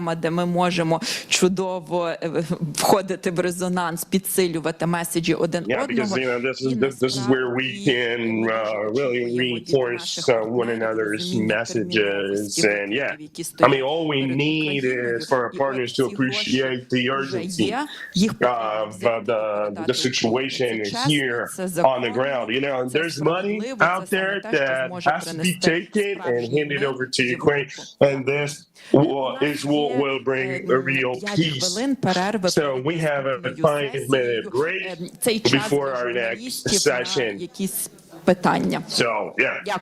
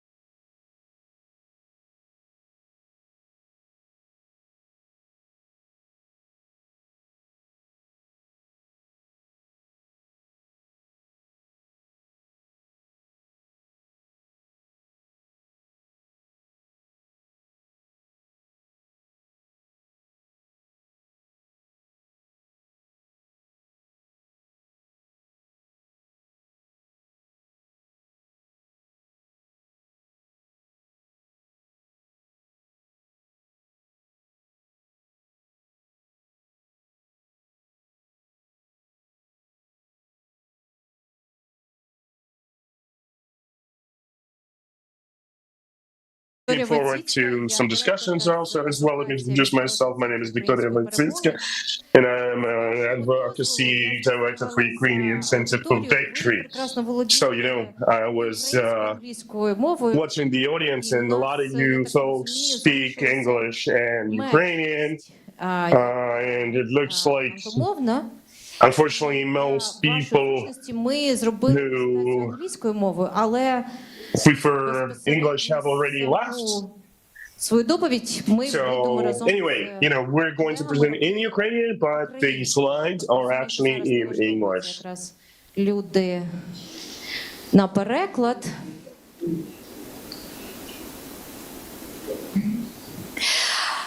Наша панель присвячена ідеї, So our panel is dedicated to this idea of war tax. І зараз я дуже коротко поясню, звідки виникла ця ідея. I will try to explain where this idea is coming from and what's the background context and why we think it is really sound. It's a very good idea that can help bleed the Russian war machine out. The Russian war machine that is kicking into higher and higher gears as we speak. And why so? Why is it revving up so hard? Well, because our dear partners are actually helping Russia kick it up a gear or two. Okay. Obviously, speaking of confiscation of 300 billion, it's a lengthy process. Scores of people are working on it on both sides of the Atlantic. So it doesn't make any sense to expect this money to be deposited in our. Кожна війна – це війна ресурсів. І хто їх має більше, Each war is the war of resources, and who's got more financial, human resources, weaponry resources, that party will have more chances to win. So that's why we checked the state of the Russian economy. We all wanted, when the health sanctions were introduced, Russia, we thought Russia would go bankrupt, will fall down, wouldn't have any chance to continue a genocide war against Ukraine. However, we wanted one way, but it happened the other way, and we've realized that the Russian economy got retuned and now got relayed. Now it's on war tracks, as we call it, and following the assessment of the World Bank. In 2024 to 2024, we see 3% of the growth of the GDP of Russia. Last year, the growth was 3.6. That's the growth of the GDP last year. The question is, how come it's happening? What drives the Russian economy, and what makes it so resistant against those hell sanctions of 11, 12, 13, and 14 packages of sanctions our partners implement? And we have seen quite an interesting figure. These are the figures that we will be showing to you, and a lot of those figures are taken from the researches of our partners, the Finnish think tank called CREA. They major in actually conducting analysis. They track of the incomes that Russia earns ever since the full-scale invasion started. And it turns out that ever since the full-scale invasion, Russia has earned almost 800 billion euros selling energy resources. 800 billion of euros, imagine that. And once we've saw that CREA research and we discussed it with them, that each and every in Europe, each citizen of Europe, I'm gonna be speaking Ukrainian, each citizen of the European Union from his or her money paid about 420 euros for the Russian energy sources. The question is that we are asking, how come that this model, on one hand, does it exist? On one hand, we're being helped with one hand, but the other hand pays the invading country this crazy money. How can you win this war if this happens, if this is happening? So we've also also realized once we've checked the budget, the war budget, the Russian war budget, we here see quite some, things that are that are not comforting us. We had made this. There was some information from Bloomberg, a piece of news, and Bloomberg said that for the upcoming year in the Russian budget, there is a crazy amount of money bookmarked for the very war machine of Russia, about 140 billion of US dollars in Russian rubles, definitely, and which is 40% of the state spendings. So thinking that the Russian war machine, it's gonna stop, we will see it slowing down. No, because we see the war budgets is being pumped in, and the trend is just the opposite from what we've been thinking. So these are the expectations and the forecasts made by the Bell 2024. If you take a look at the war expenditures, direct and indirect ones, 2024 is 8% of the GDP. Upcoming year, the figures are slightly lower, but probably we will see, and I think the figures will be reviewed as well. And recently, the representatives of the Kyle Institute during a conference has said if you combine all the expenditures, we call them investments. These are European Union security investments that our partners spend. When we're talking about the European countries, it's 0.1%. So figures are totally different, way smaller from that of the Russian Federation. So this is the tracking that's been done by the Kyle Institute. They do have all the segregation in between the US and the EU as to which country, which entity has provided the support to Ukraine ever since the full-scale invasion. And we see that ever since the full-scale invasion of 2022, the US has provided 75 billion of euros of support and assistance, and the EU 109. Once again, let's go back to the previous figures on the previous slides. 140 billion is the war budget of Russia for the upcoming year. But here we see the figures covering two previous years, 22, 23. The question, how can we compete with the country that's all for the war, that's got lots of finances to continue the war? If we take a look at the budget project of Ukraine for the upcoming year to support our army and the armed forces, we have the direct expenditures is 55 billion euros, which is important. If we compare 140 versus 55, we now see that we are not in the best financial shape. Now, this is the most interesting part. When we were talking about health sanctions and strategies were developed, how to punish Russia for its aggression, how to deprive of Russia of pumping sources into its war budget, which in 2023, by the way, we see that Russia was selling energy sources, and Russia had 23% of its budget coming from the energy resource selling only. 23% once again. So this is what we figured out, that the idea of introducing price cap seems to be on paper looking as a good idea, although as a person who was working at a bank as a finance, I studied a major in international finances, got an MBA. During the very first periods classes, we were told that any price arbitrage, when there's a price difference and when it's still fixed, somebody's going to be earning, and somebody will be finding ways how to detour these limitations. Well, and I have to admit that when we were telling this to the people in Washington, D.C., no one would listen to us. the price cap was introduced. And this year, we are reading the announcement of the EU representatives. These are the people who are responsible for the sanctions, and they say that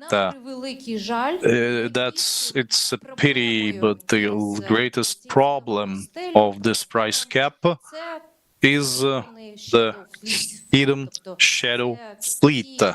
So these are the tankers, ships that Russia uses to transport its oil. So, and we see that with every year, the number of this tankers of this shadow fleet is growing. And as of now, we see that the Russians have managed to accumulate more than 1,800 tankers. And then their number is growing. And the question, who helps them? The answer, the European Union, the European Union countries, the European companies who sell to Russia the tankers. The EU companies can be using those tankers, but they find it more attractive to sell these tankers to Russia for a good amount of money and earn quite a lot of money. So, this tanker fleet, as I've told you, has been growing, and we are aware that when European and American democracy is trying to catch up with the Russians in their creativity in the touring of the sanctions, that's a pity that this marathon is won by the Russians. Unfortunately, they are 1, 2, 3 steps ahead of all the actions that the Americans and the Europeans are just starting to discuss. The Russians are 2 or 3 steps ahead of that.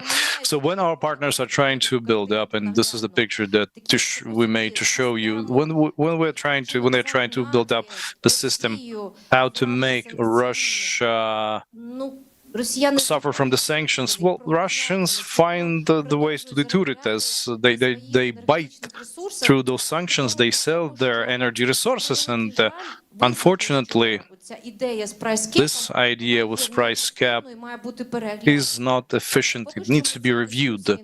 We haven't had this discussion of reviewing of the efficiency of the price cap, so we started thinking, well, let's leave the oil where it is. Let's let those who has got to chase those mice who bite through the sanctions, just like in the picture. And we wanted to see another segment, which is the LNG market, because there's no regulation of that market and there are no restrictions, and we see that there's some negative trends for us, which contradict the very concept of those changes and the policy which was publicly announced by the representatives of the European Union, saying that by 2027 we need to get rid of the dependency on the Russian energy resources. This is what the threat, and there were restrictions introduced, the embargo on the Russian gas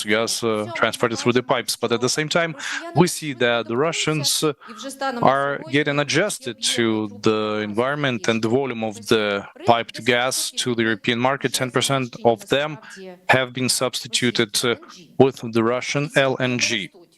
And the volumes of the LNG are growing. And another interesting thing is that if you take a look at the statistics of 2024, then these reliable partners with which the EU countries would like to work, increasing the volumes of procurement of the LNG, for example, I'm talking about the US, Qatar, and so on and so forth, there's the fall of the volumes of procuring of LNG from those countries. At the same time, we see that the Russian LNG and the volumes of the selling of Russian LNG is growing on the European market. And if you take a look at the volumes of the LNG from 2020, compare them to the volumes procured in Europe by European countries now, the rise is 60%.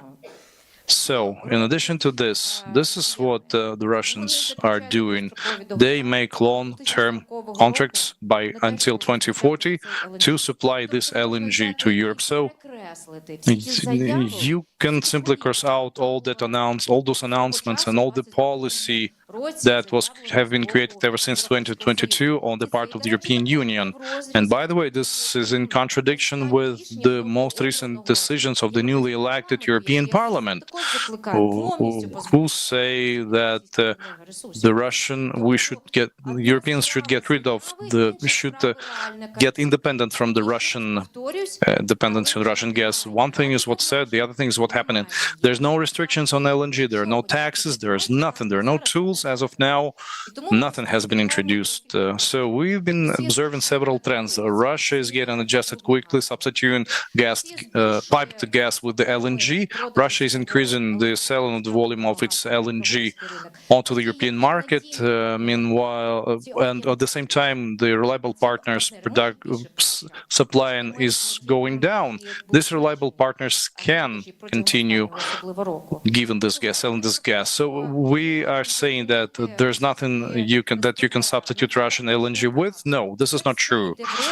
It's all against the global policy of the European Union, that what I've been showing you. So we've come to a conclusion eventually. So this actually shows a very important thing. One of the arguments when we've been told that you cannot throw the Russians or fully embargo their gas, oil, LNG. We are showing that this is a high competitive market, actually. And any actions that will target reducing the income, the revenue of Russia from selling its gas, which I would like to tell you is let me quote Putler, who has said that gas is the president's business, the Russian president has said once. And as a president, he's interested in returning to the European gas market with the volumes that had existed before the full-scale invasion. Russia used to control 40% of the gas market of Europe before the full-scale invasion of February 2022. So knowing that we're dealing here with a competitive market, understanding Russia will, under any circumstances, no matter what, will be trying to get back to the market in order to bring back its economic leverages that it will use to impact the political policy in Europe. The question is, how can we curb Russia in its super revenues that they earn with the LNG? And we've come to a conclusion that, well, it's possible. And now, while our partners are getting ready to paralyze its global vision of full independence of the Russian energy, we can impose war tax.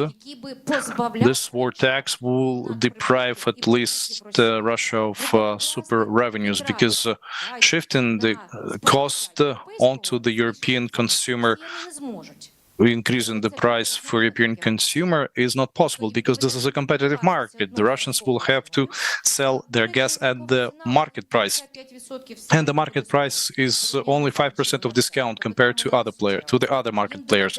It's not substantial, so the Russians will have to get less money, but Ukraine will have an opportunity to get additional source and the way of punishing of the aggressor, and we will be able to pump fundings into our budget for us to be able to win the war. And I'm very sorry, Olga, that I haven't introduced you. Olga Balitska, and lawyer, international lawyer expert in taxation, and we've asked her for support when we started thinking, well, how come that there is no special tax on the Russian energy sources?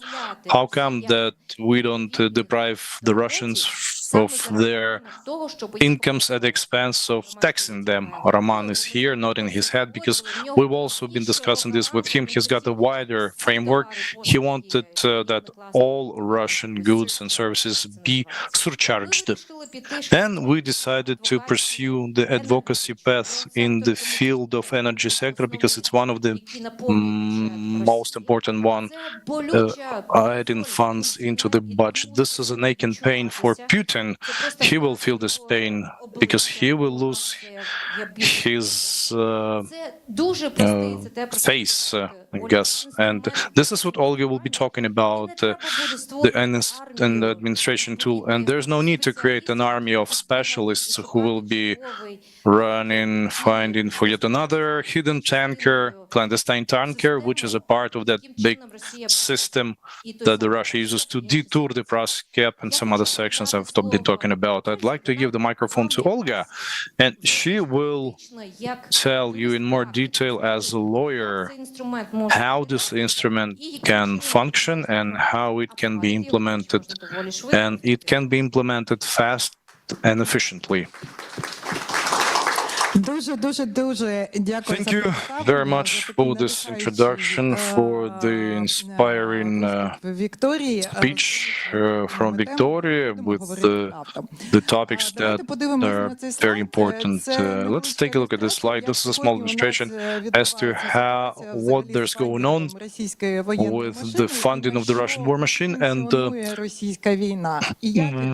where they got money and how Ukraine is supported. So you see the slide. I don't think I need to comment upon the slide. This is the severe reality that we currently have. Over to the next slide. You know, when Victoria asked me with this task, I recalled one of my very first lectures at the law school at university. I was told that when there's a need to hide something and when you need to find a solution of a big problem, where do you need to look at creative big distance something? The first thing you need to look at the very obvious things. We looked at all the obvious. So as lawyers like to say, if you cannot ban something or prohibit something, you just want to tax it, and that's how you deal with it. So let's look at taxation. So as part of this research, we looked at different types of taxes that could be applied direct and indirect. And we analyzed that the most effective one in this particular case is customs duties. Next slide. I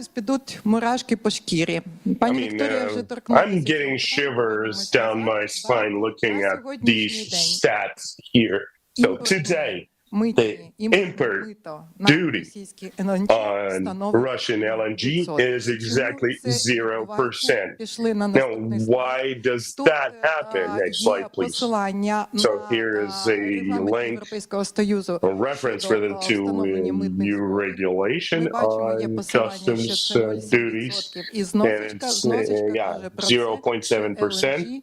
And if you read the footnote, that it says that LNG is exempt from imported duties, Russian LNG specifically. So Russia is part of WTO, and they at WTO they have an MFN regime. So if there's a country, though there's an exporting of LNG, exporting to Russia at favorable conditions, then they are eligible for this exempt, and there's nothing you can do about it.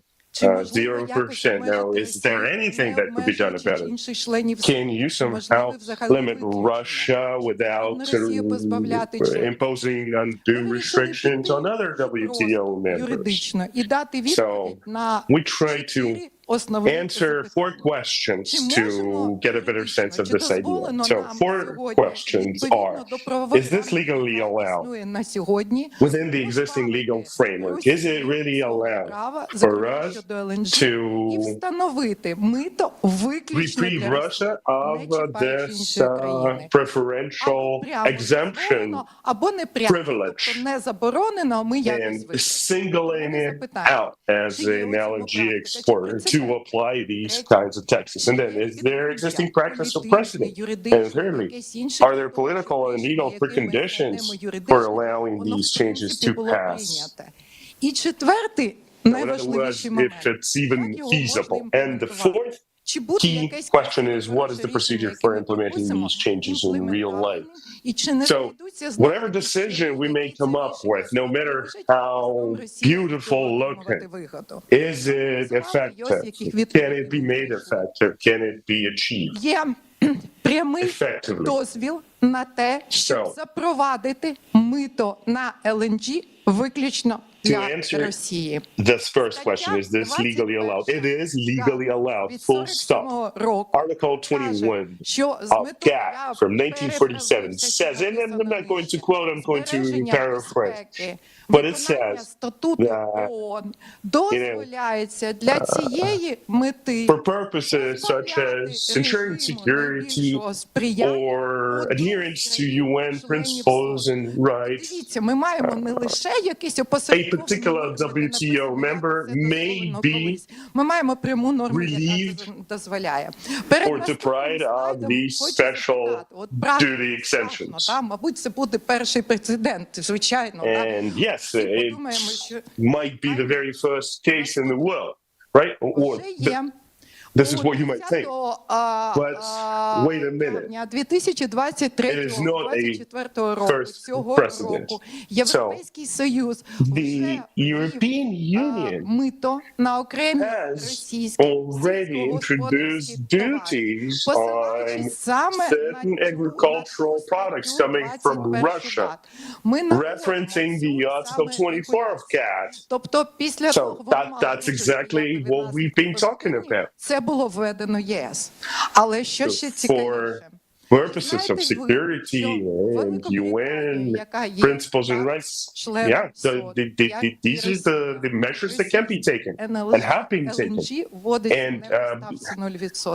And by the way, the UK has introduced import duties on Russia's LNG, UK being a member of WTO themselves as well. So the practice is there, it is being done, right? And then the UK, back in 22, I think, the UK passed 16 different legal acts to impose certain Russian products, to introduce certain, import duties on certain Russian products. And Russia's exports to UK have plummeted as a result by 90% at least. Right. Let's move on. So is there political and legal pretext for allowing these changes to happen? Yes, there is. So back in April 2024, European Parliament allowed member states to unilaterally ban LNG imports to their respective countries. So this was an initiative of some Baltic states. And I think President Macron also made several statements to that effect as well, you know, saying that he was about to ban these exports, but, you know, nothing doing there, unfortunately, just too painful, I guess. So, anyway, this particular ban precludes investments into Russia's LNG infrastructure, precludes transfers and construction of terminals, etc. Якраз закупівлі, продажу російського LNG на європейському ринку. So, and this specifically relates to European market, correct? Yes, correct. Right. So, it doesn't affect any third countries, this particular ban. Now, what is the procedure? Is the next question. So, customs duties, as we have found, are very effective in terms of control and easy administration. It precludes almost all kinds of cheating, and it denies any third parties an opportunity to make any sort of significant gains or proceeds with things like shadow caps, etc. So what is the procedure for this decision? So given there are precedents, given there's legal framework in place, given there's a direct permission to do so, how long would it take for these decisions to to be made. And as we can see, as we have found, the procedure is pretty simple. It doesn't even require the involvement of the EU Parliament. And it's simply passed by the EU Council meeting, by the members of the energy ministers of member states. Воно може бути в усному письмовому порядку. Розгляд цієї ініціативи, надання доручення Єврокомісії підготувати проект зміни до регламенту, в якому проводяться відповідні розрахунки, затвердження relevant changes to regulations, to the calculations, etc., then approved by the council, published, and процедура відносно проста, оскільки came into force, came effective. So, the procedure is fairly simple, as I said, який стане альтернативою прайскепом і всьому іншому, can really be a very good alternative to things like price cap and other tools that are currently, or mechanisms that are currently in place. Наступний слайд, будь ласка. Next slide, please. Ми наступний вже не писали. Наступний слайд, There's no next slide, actually. Ради ЄС у його конфігурації міністрів торгівлі, воно заплановано на жовтень місяць. The next formal meeting of the EU Council is scheduled for November 21, and as you know, Hungary is chairing, and at this EU Council that I just mentioned, Poland will have assumed, or by the time that Council will have assumed the EU Council presidency. So, засідання на розгляд Ради ЄС і цим питанням, і вже в наступному practical perspective, I think it can really make sense to try and push for these import duties on Russia's LNG imports to the EU, given the Polish presidency, it might just be more feasible at that time. So, I mean, same's being done with respect to agricultural products. For some of those products, a restrictive duty had been introduced, and just by nature being restrictive, it pretty much prevented any Russian exports, agricultural exports of these said goods and products to European countries.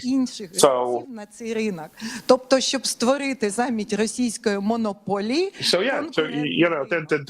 there is a way we can do it and create a competitive market in the process, just as it has been the case with agricultural products, right? So the effective bans on Russian products led to more competitive prices, a more diverse offering, and it was just a win-win situation for everybody. So to us, the solution is pretty clear. It's right on the surface, it's right there waiting to be grabbed. It's a low-hanging fruit that we can all go for. Thank you. Підсумовуючи, я хотіла би сказати, що насправді цей концепт такого war tax, не тільки this kind of concept, this war tax concept, if you will, скрапленого газу. Він може it doesn't have to apply to LNG only. It could cover other types of energy products, other categories of products in general. Резиденти себе спокійно почували. And we want to make sure that European consumers feel secure and safe and protected. But despite all the assistance that has already been provided to us, questions still remain in relation to the EU's actions, where you keep helping Ukraine on one side, європейських which is not easy to do, given the burden of the taxpayers це порочне коло, воно it має бути creates, розірване. and then also dealing with Russia Покараний. at the same time Це and якраз буде той прецедент, який feeding its war machine. So, and I think it's a sort of a vicious circle that needs to be broken. And I think if it were, it could be a very good way to да, от напевно стримування, deter тому що встановивши перший рівень такого countries like Russia. чітко прокомунікувавши, що іще один Ахмедит So збільшується на 10%. you can use it as leverage. So, having an import duty in place and letting them know, okay, you target now the children's hospital, the war tax is going to rise another 10%. You hit another energy facility, До європейських енергетичних інфраструктур. add another 10% on top of that. Критичної інфраструктури. Взагалі 100%. Attacks against critical infrastructure, nuclear facilities. На цей інструмент можна подивитися і з короткострокової, We're going to slap середньострокової, a restrictive tax on you that you won't be able to trade with us anymore. So that is the way to go. Важко стояти між вами і кавою, особливо враховуючи, Well, що I understand that I'm the only one буде я remaining тоді не знаю, між чим ми between yourselves and the coffee. Oh, I've been told that there's no coffee break actually planned. Якщо немає Well, in that case, задоволення передам слово. unless there are any questions, I'll hand it over to У нас our colleagues. тут матеріали, які ми підготували And if there are questions, then we're по цій темі. І more than willing to respond and answer the questions. And we also the study that we made, it's been printed. You can grab a copy. Дуже круто. Well, yes, thank you, Olga. Thank you. It's a great research. I mean, some great insights. And one question: how can I share your paper online? Влада, яка у нас володіє нашим інформаційним простором. Well, І фоллоуап, і точно він буде опублікований у нас на сайті. Yeah, it's on our website, okay? So, yeah. Звідки виникла ідея, якщо вам And by the way, just a few words about where this idea came from, if you'd like to know. Back in 24, when we 22, when we got spotted. And I had an energy business background, and I was looking at how Ukrainian energy oligarchs were squeezing Ukraine out of its hard-earned tax money, effectively. Задалися питанням, що зробити, як cleverly worded contracts in place that created газу назад українському народу, щоб український народ unthinkable exemptions і тоді в мене виникла preferences. So that was just kind of thinking about this, and I realized, that на конкретну операцію, які one way конкретно you can deal with these kinds of people is by slapping some sort of a tax on a particular business transactions and operators. And I proposed as much to our prime minister, and it turned out to be pretty effective. So we managed to dismantle this corrupt scheme of providing additional revenues for the treasury as a result. So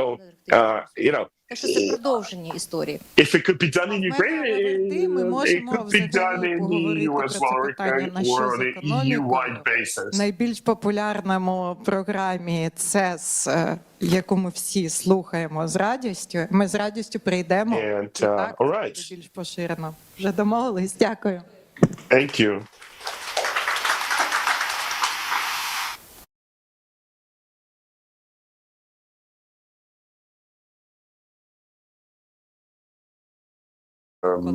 happy to invite my colleague, a co-founder of the International Center for Ukrainian Victory, Daria, and my colleague Mikola, who are exploring ideas such as elephant in the room, слона в кімнаті, про якого ми дуже часто так само чуємо, ways to use frozen assets to help Ukraine.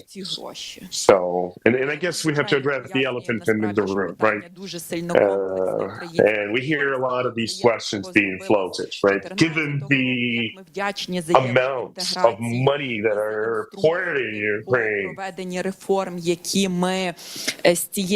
what are the chances that this money will get sold, right? And these are the questions I hear.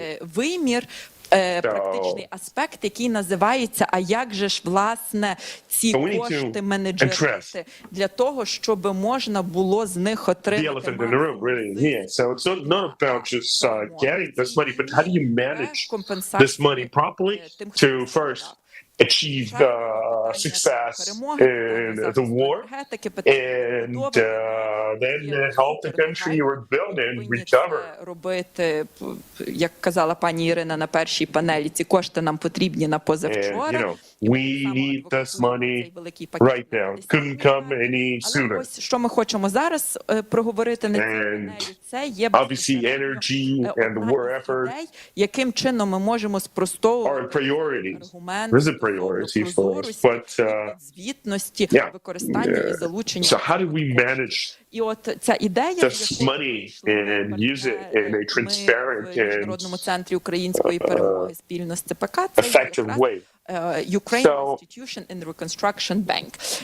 І я попрошу пані Дарію, власне, провести нам презентацію цієї.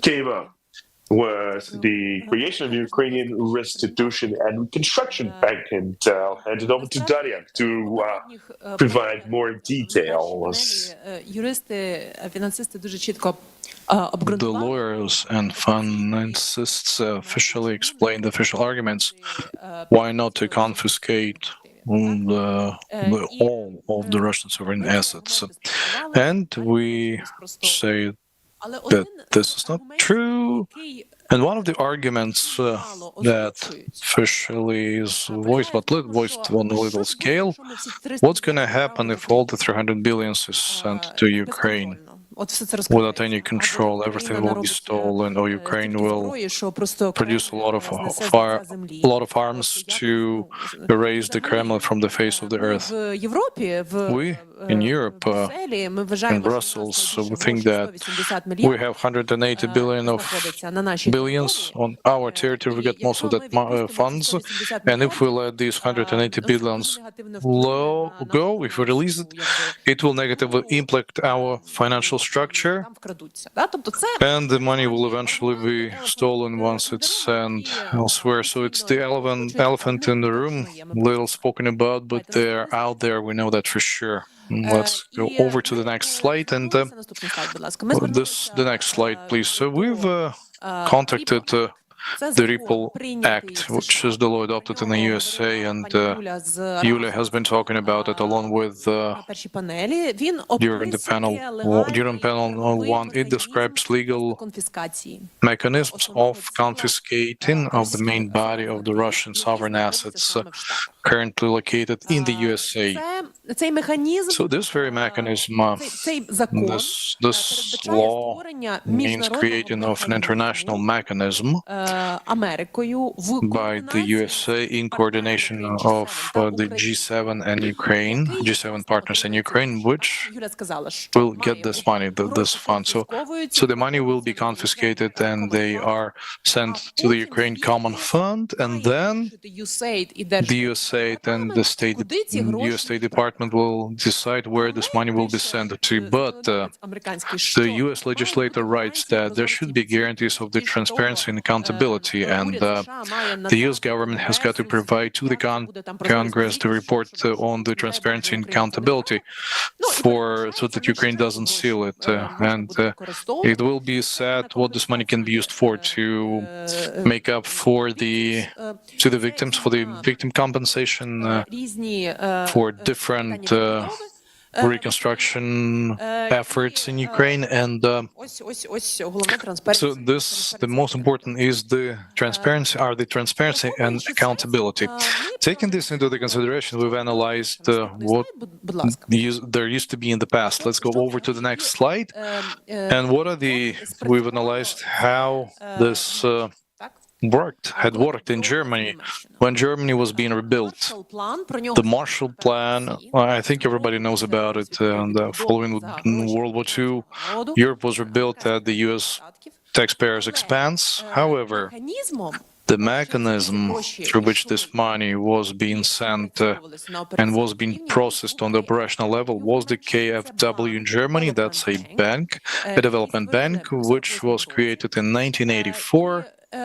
And now this is one of the largest development banks in the world, and first billion from the Marshall Plan was sent to this KfW bank. And eventually, let's go over to the next slide. We've analyzed the current efficient international mechanisms through which money comes to Ukraine.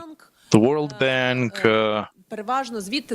and mostly it's the US money coming to Ukraine, direct budget support coming from the US go through the World Bank. The Ministry of Finance provides the accounts. The money was spent to the social services, and the World Bank sends the compensation. There are some restrictions, and you can no way that you can spend money on defense. The Ukraine facility is what been created by the EU for Ukraine, so the money cannot be spent for defense purposes. From that Ukraine facility and through the Ukraine facility, there's plan to give a considerable part of that 40 billion grant for Ukraine. And then you have the EIB, the EBRD,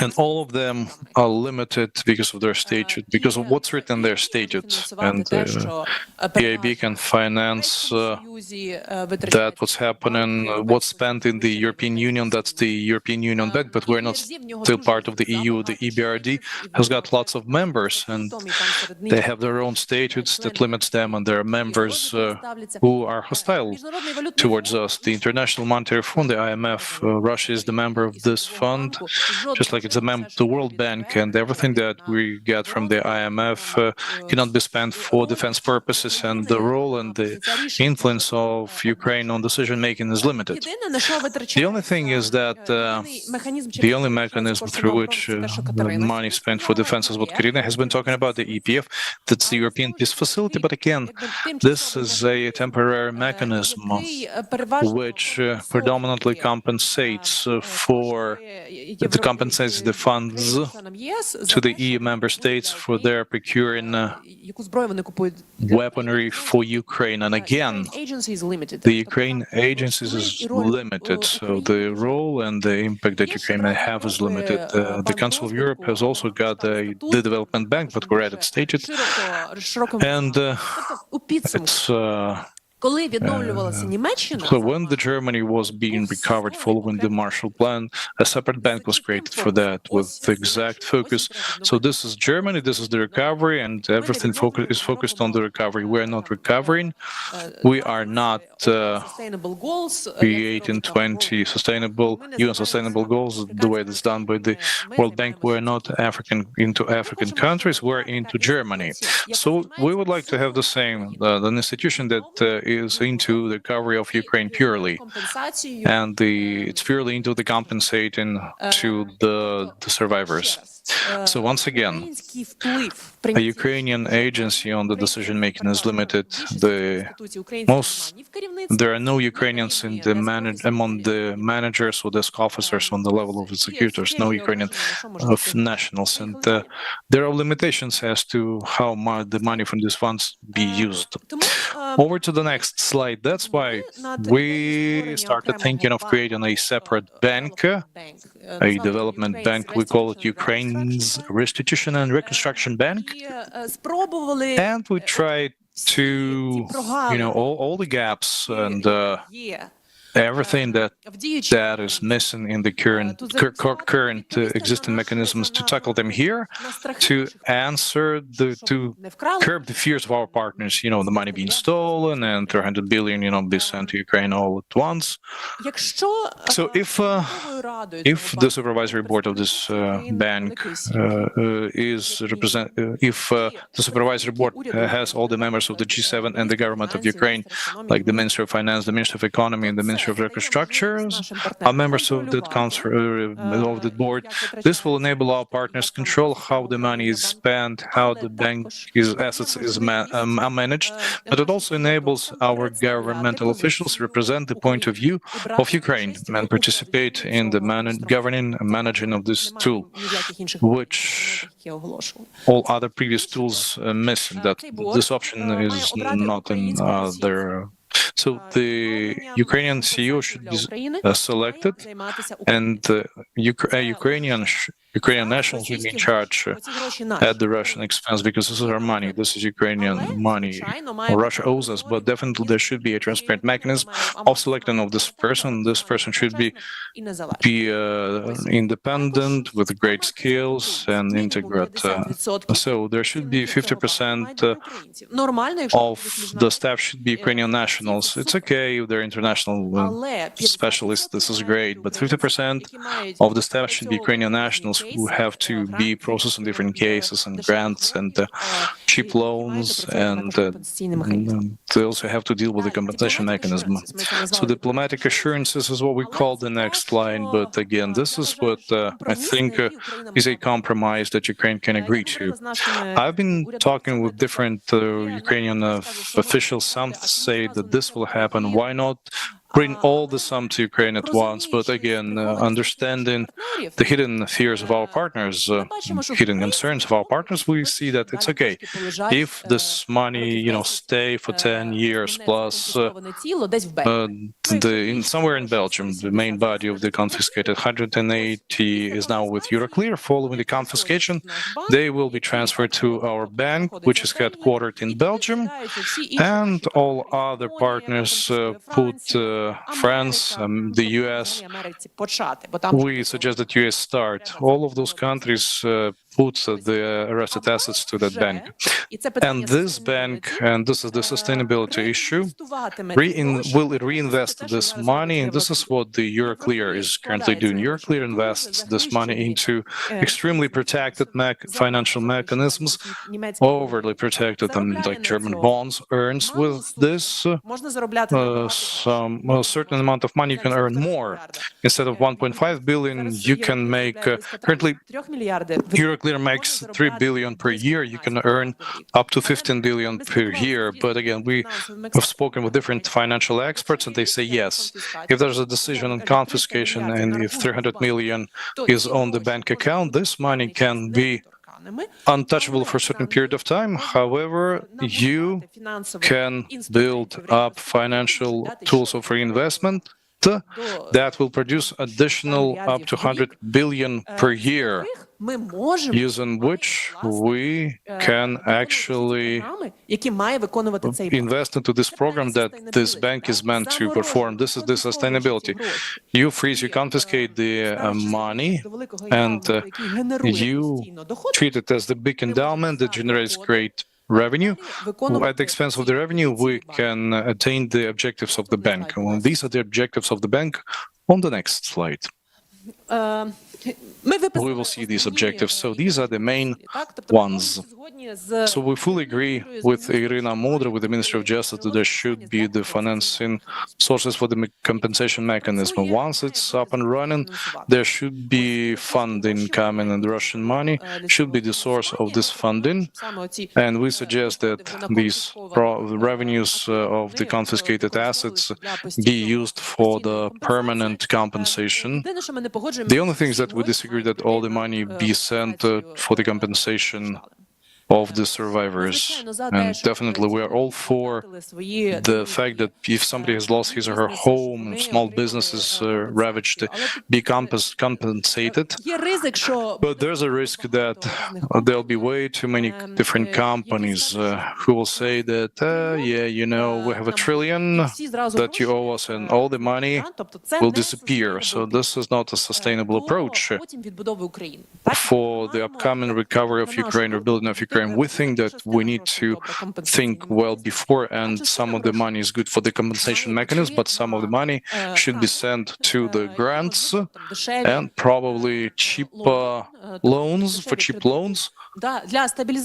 to stabilize the Ukrainian economy, to invest into strategical branches of the Ukrainian economy, including the defense branch, and definitely the defense branch of economy, because there's no international mechanism except for this small EPF, the European Experimental, foresees the funding for the Ukrainian defense industry. Everything that we procure, the weaponry, everything that has got to do with the military expenditure is done through the Ukrainian taxpayers' money. Everything else is financed by our partners. But it is important that the Russian money finance the defense industry of Ukraine.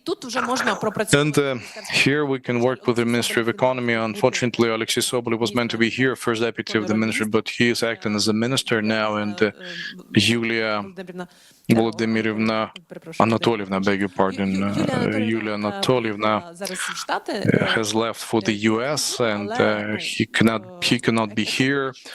But the economic stabilization of Ukraine may be performed partially at the expense of this money and these funds. Let's continue. It seems to, there seems to be no further information on the slides. Here's my contact information. So it's not carved in stone, what I've just shown you. But I think that we think that Ukraine is capable and has to offer this mechanism to the international society and provide the concrete guarantees that the money will be spent transparently and accountably. This will be a long-term investment, and we are okay to, keep this money somewhere in Brussels at a bank. We don't need all the money at once, and but once we become a EU member state, we can review this and take that money away. So this may be the. We can decide it later on. Sunset clause, as the lawyers say it. Well, thank you very much. From our own experience, we at the ICUV, we've seen lots of companies who are all for the victory of Ukraine over these 2.5 years, and this Make Russia Pay campaign.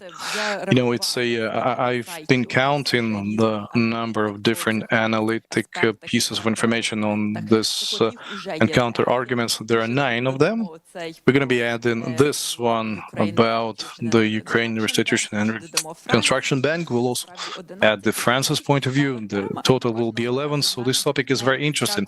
Every time our partners have new arguments pumping here and there, and we have to respond to those concerns and fears, offering our partners counter arguments to curb their fears or concerns. So we think that this idea that we have never spoken about earlier over the last year, so the Ministry of Justice people, colleagues have worked a lot, but speaking about this compensation fund, they did a great job. But I think that this offer does not conflict with the compensation fund, but kind of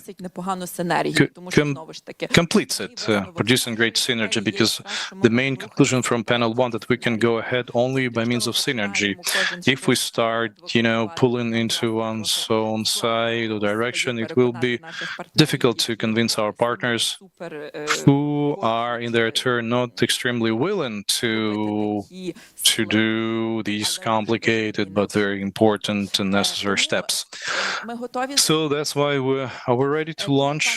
That's why, Mykola, we will be extremely grateful to you for your feedback to this presentation. Give us your opinions, and you also have a presentation of yours. I think that you're going to be unpacking what Irina has already been talking about during the previous session. That's correct. Great. Now, dear colleagues, greetings, good afternoon, and thank you very much for staying with us. We're approaching hour 4 of our work. I'll try to be as concise as possible to tell you at the beginning what the international compensation mechanism is all about and the damage registry, the level of it's being implemented, and what the future holds in store for it. So last week we returned from The Hague, the Netherlands, from the second meeting to create the commission to discuss the petitions or requests, which is second part of this, and I'm fresh from that meeting. I can tell you the latest. Let's start with the very beginning. So slide 1, please. So the international compensation mechanism as an idea was started being created during the very first days of the full-scale invasion, when it was clear that we would have a lot greater support on the international level compared to 2014, when the war had actually started, and that's when we got the historic decision of the General Assembly of the UN, which, unlike the 2014, when there had been defined a pure need to support the territorial integrity of Ukraine. Unlike that 2014, in 2022, the General Assembly recognized the aggression on the part of Russia against Ukraine. And this was the very decision which opened to us the path of implementing of further mechanisms, among them the special tribunal for the crimes of aggression, and another one was the international compensation mechanism. It will consist of 3 key elements: the registry of the damage done, and it has been launched this year. It was launched in April, and it receives the first wave of requests. The commission on the requests and petitions, this is a quasi-court institutions that will be checking the petitions that those who filed them submit to see if they meet the requirements, and will make the decision on the compensation and the compensation fund, the creation of which we haven't approached yet, because ever since the very beginning with our partners we made a decision to have the trifurcation, to have it in 3 stages, so this elephant in the room be kept for the dessert, for the later, for the best, save the best for last, so that we take our partners step by step to the solution when their infrastructure is set up and there's commission and everything else is needed is ready. So the very registry has got its main objective is to register the evidence information with regards of on the restitution of the damage done. Ці збитки, втрати чи шкоди мають статись після 24 лютого 2022 року. На жаль, нам не вдалося переконати партнерів, що з 2014 року у нас теж має підпадати саме через ту причину, яку я сказав на початку. Не було тоді відповідної для нас резолюції Генеральної Асамблеї. Але ми залишаємо це, розглядаємо це на майбутнє. Збитки починаючи з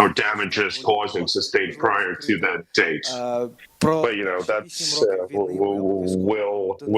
we'll come back to this issue later. As a country. Then the second eligibility criteria is that damage have to be sustained within the internationally recognized territory of Ukraine. And thirdly, any physical or legal entities інших країн are eligible, meaning their national affiliation doesn't matter. They don't have to be Ukrainian citizens or Ukrainian legal entities. Росії тут є безпосередньо їхня агресія. Тобто навіть якщо збитки були завдані внаслідок The damages have to be sustained as a result of the crime of aggression. So that's the underlying reason, the underlying cause. So even if the actual damages or damage was caused by, let's say, an interceptor missile, Ukrainian interceptor missile fragments falling down on somebody's home, having taken out a Russian ballistic missile, then still this kind of damage and therefore compensation is eligible according to the registry. So the registry was established based on the UN resolution to recommend such a registry be created. So this decision was voted for by 94 countries. So that's pretty legitimate, if you ask me. So all those people who say, well, but what about Global South? Most of those countries supported that registry. Now, the fact that we only have 43 participating countries in the registry, well, it has to do with the fact that the registry was created as a sort of a regional authority, a regional body, having been set up by European Commission or the Council of Europe. So, but we expect this to change, right? And we expect more countries to participate. So the last time we met, the last negotiations we've had, there were 55 countries present, and ideally this number would grow to 94. So all those countries who effectively voted for creation of this mechanism. And this is what the registry structure looks like. I mean, this is basic information. You can go to rd4u.claims. So yeah, check on the website yourself. So let's not waste any time on this. So here's the important bit. You know, there are several categories of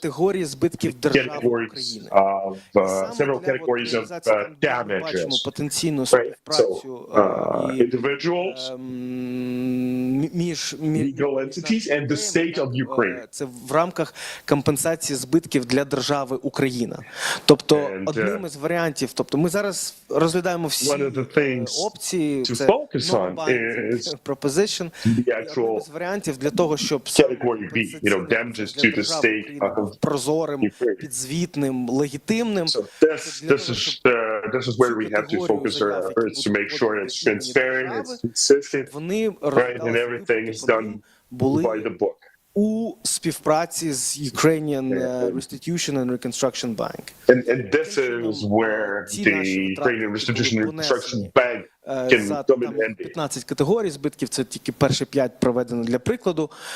Всі категорії так само можна подивитись на сайті. This is by no means an exhaustive list of all the different types of categories of damages. There's more on the website, and you can check it out for yourself. Так, зараз реєстр приймає перші категорії. У нас вже є 10 перших заяв. Applications under category 1. Впроваджується поступово. About 10,000 of them. Офіс і ще не було цього повноцінного. We're taking a very sort of a slow and gradual approach. We will be recently established our Kiev office, so we haven't had a full rollout. Community engagement activities yet. Поширення інформації про реєстр, тому що like to take this opportunity and ask everyone to, pass the good word around. Because we're so lacking resources to run proper awareness raising campaigns now. We'd just like to take this opportunity to ask everybody to assist us in sharing the information about the registry whenever they get a chance. Для того, щоб ви просто розуміли приблизний roadmap, наш наступний 45 категорій в цілому, rough understanding of what our roadmap looks like. So 45 categories in total.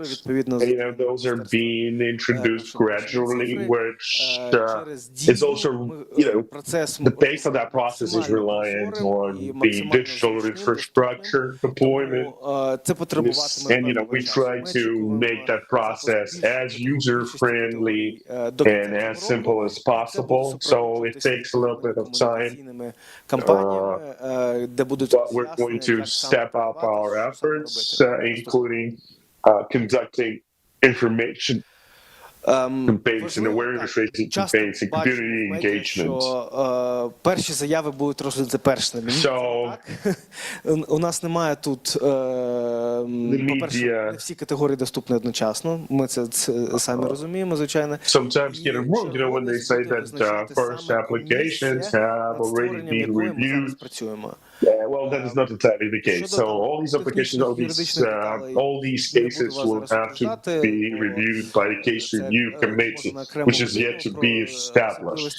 And I'm not going to bore you with the details because, our legislation is pretty boring and cumbersome. But anyway, we're doing our best to make sure that everything is aligned with national processes before we put this commission in place. Now, so the registry works pretty well with the DIA app. Враховуючи те, що it's pretty easy to file an application via that app.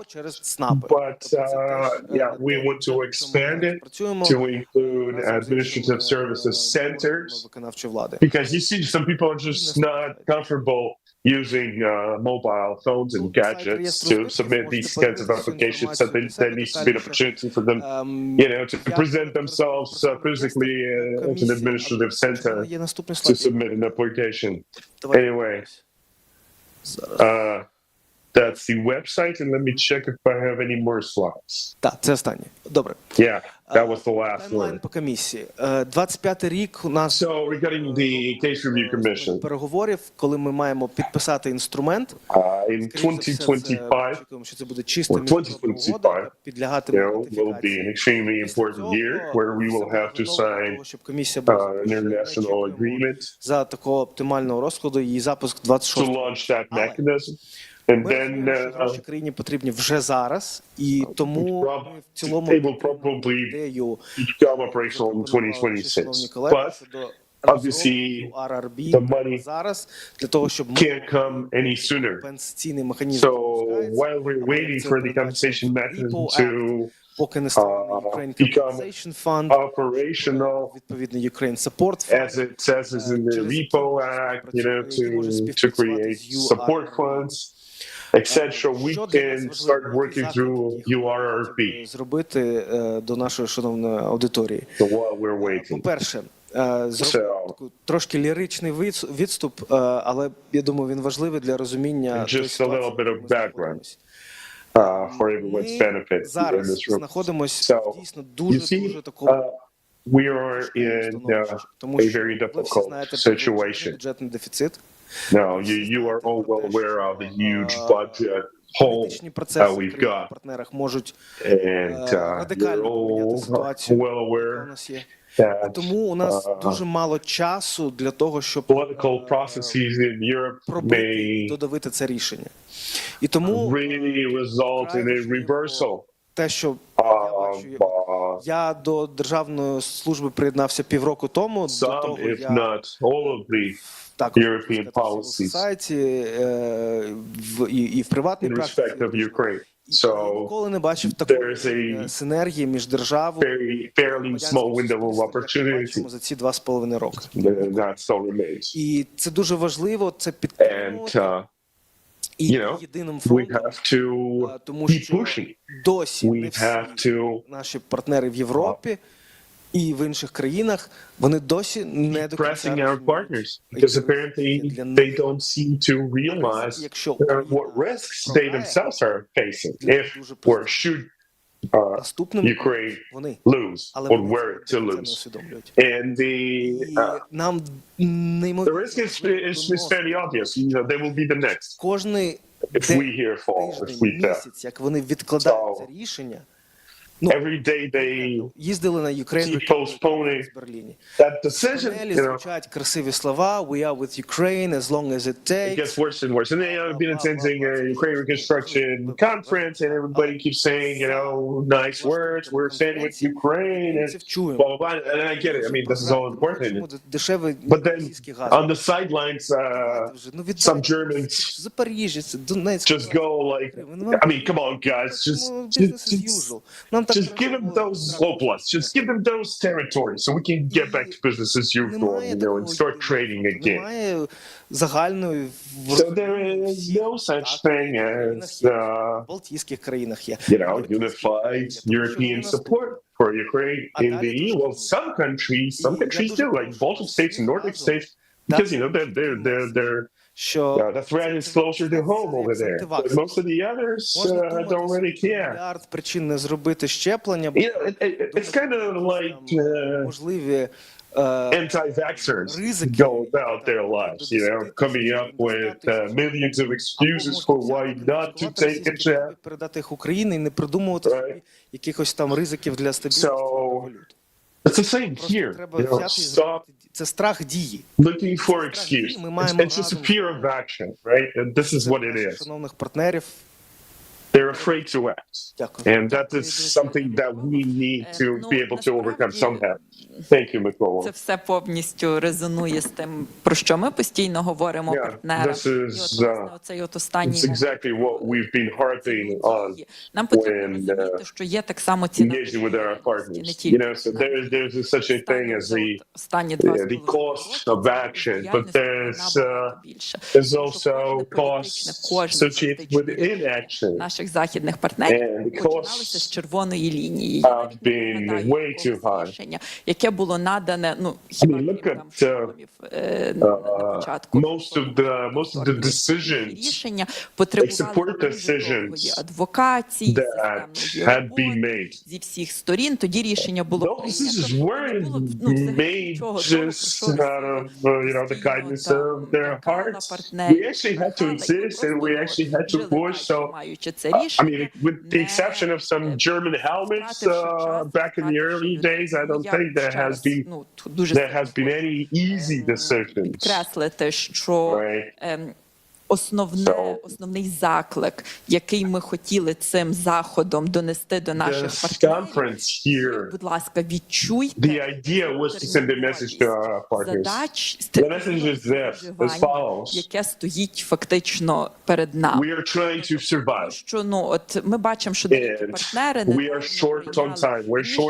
плани свої допомоги до 2030 року. Ми дуже цінуємо довгострокове планування, але я особисто не до кінця розумію, як Україна переживе ресурси, нам some support plans until 2030.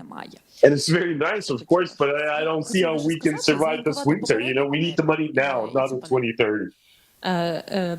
Якщо є міжнародний прозорий підзвітний I just wanted to say that, you know, if there's an international transparent mechanism, such as Ukrainian Institution and Reconstruction Bank, конфісковані російські гроші можуть бути if there is a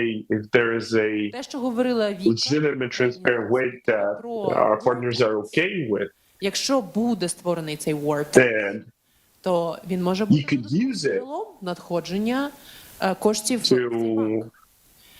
Росія мусить заплатити. І інструмент ми над ними працюємо. І суверенні активи – це не тільки інструмент. Рахунок у нас на many different sources of funding that we can tap into. 300, тепер 400, 500. Я думаю, що such a mechanism to exist. Тому, якщо питання до нас прозорості підзвітності, рішення ми знаємо.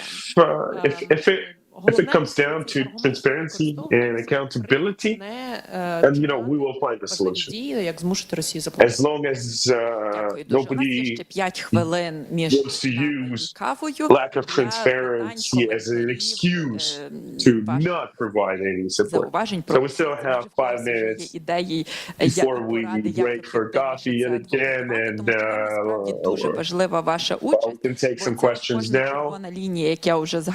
Your participation is extremely important because, like I said, those decisions І зараз нам потрібно, ми вже our partners were making. готові на повну конфіскацію. They were making those decisions because of the pressure. Власне, всередині Європейського Союзу, тому що зараз of like-minded allies and like-minded people, and we need more of those in the EU. Йде якраз з боку деяких країн Європейського Союзу, чим більше ми зможемо переконати всередині. The idea of confiscation of those assets is not very popular in the EU, at least among some countries. So that the more weight we have on our side, the quicker we can get it done.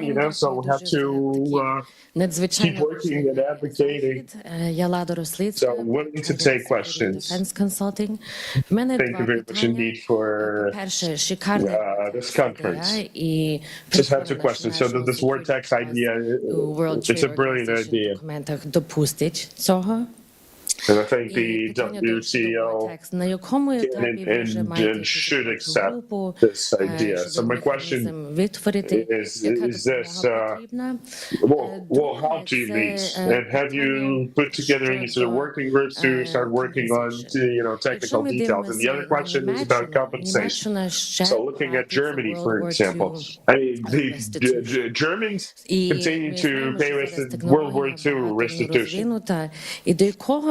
Рівня, чи ви зробили якийсь comparative analysis? Have you done any sort of comparative analysis? Німеччини спеціально до громадянин, до людей, котрі постраждали. Мій вуйко, мій тітка до смерті отримали від Німеччини $250 на місяць. So, for example, my comparative analysis research, lesson learned. My grandparents, for the rest of their lives, they continue to receive $250 each per month from the Germans. Так, друзі, ще питання таке, що ми за ці 11 років агресії, те, про що говорила пані Ірина Мудра, 11 years of aggression, and this, I'm alluding to what Irina Mudra mentioned. Військової нам не дають настільки, щоб ми могли виграти. Тобто, it is not enough to win this war. Стратегії в наших західних There's no victory strategy стратегія for our partners, so as far as they are concerned. What there is a survival strategy, right? So nobody wants Ukraine to fail because it's just going to make their lives so much worse, giving them more headache, I guess. Дивлячись зараз по візиту президента України до США, ми не чуємо готовності. There's no readiness or willingness to let Ukraine win.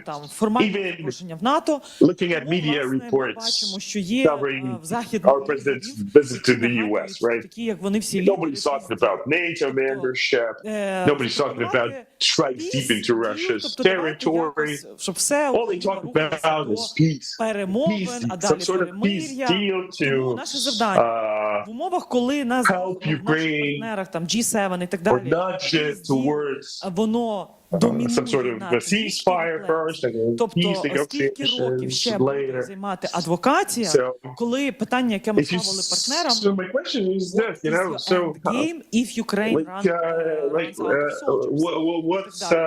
what's the advocacy course of action going forward? Ідеї і vortex, і зараз accountable mechanism for як це все робити? Як скерувати з deals до victory strategy? To talk about anything other than the peace deal. Тут ще було питання, давайте ми візьмемо останнє питання. There's another question here, that's the final question to go with regards of the package. Дякую, в мене буде не стільки прохання. Would like to make a request, not a question. Скіпи Петропавлович, for deputy of the combat fraternity of Ukraine, colonel, retired, I served with from 2014 to 2024 was fighting the war. So I've listened to all of you. Thank you very much to you, dear Center people, for the work that you've been doing on the international level. This work is important, and the work you do a colossal piece of work. And but I would like to, on behalf of the military men and women, might request the following: please, get concentrated in this to the international work. Let's get concentrated on the internal work to be done, because unfortunately I was the brigade commander of a mechanized brigade. That was my last position. The funds and money we have are used inefficiently, ineffectively, because when I run the analysis of the sources that we get, I'm talking about the unknown aircraft vehicle, UAV, that are changing the nature of the war. Only 10%, about 10%, get through the Ministry of Defense. The rest is through the civil society, through the local self-administration, entrepreneurs, and the citizens who care. So that's why we use the funds inefficiently to supply arms and different types of arms and weaponry. We have these gaps, which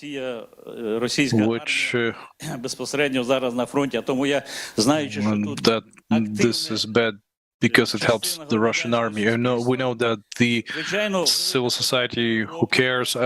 You are here. I would like to express my gratitude to the European partners, but first and foremost, we need to make things right in-house. And since your center is called the Center of Ukraine's Victory, so victory is made here and now. So in addition to sending out messages to Europe, we need to do everything that we have to do in-house. So if we do everything, if we correct everything in Ukraine, the victory will be soon, because the boys and the girls fighting out there, they're fighting for us. A lot of work is done. People get killed in action, and there's a lot of burden on the people who fight. But thank you very much for your work. And so the question is, the war tax advocation, what level is it at? It goes out to Victoria, and how to make things the right way inside the country. And our center does a lot to make things right inside of the country.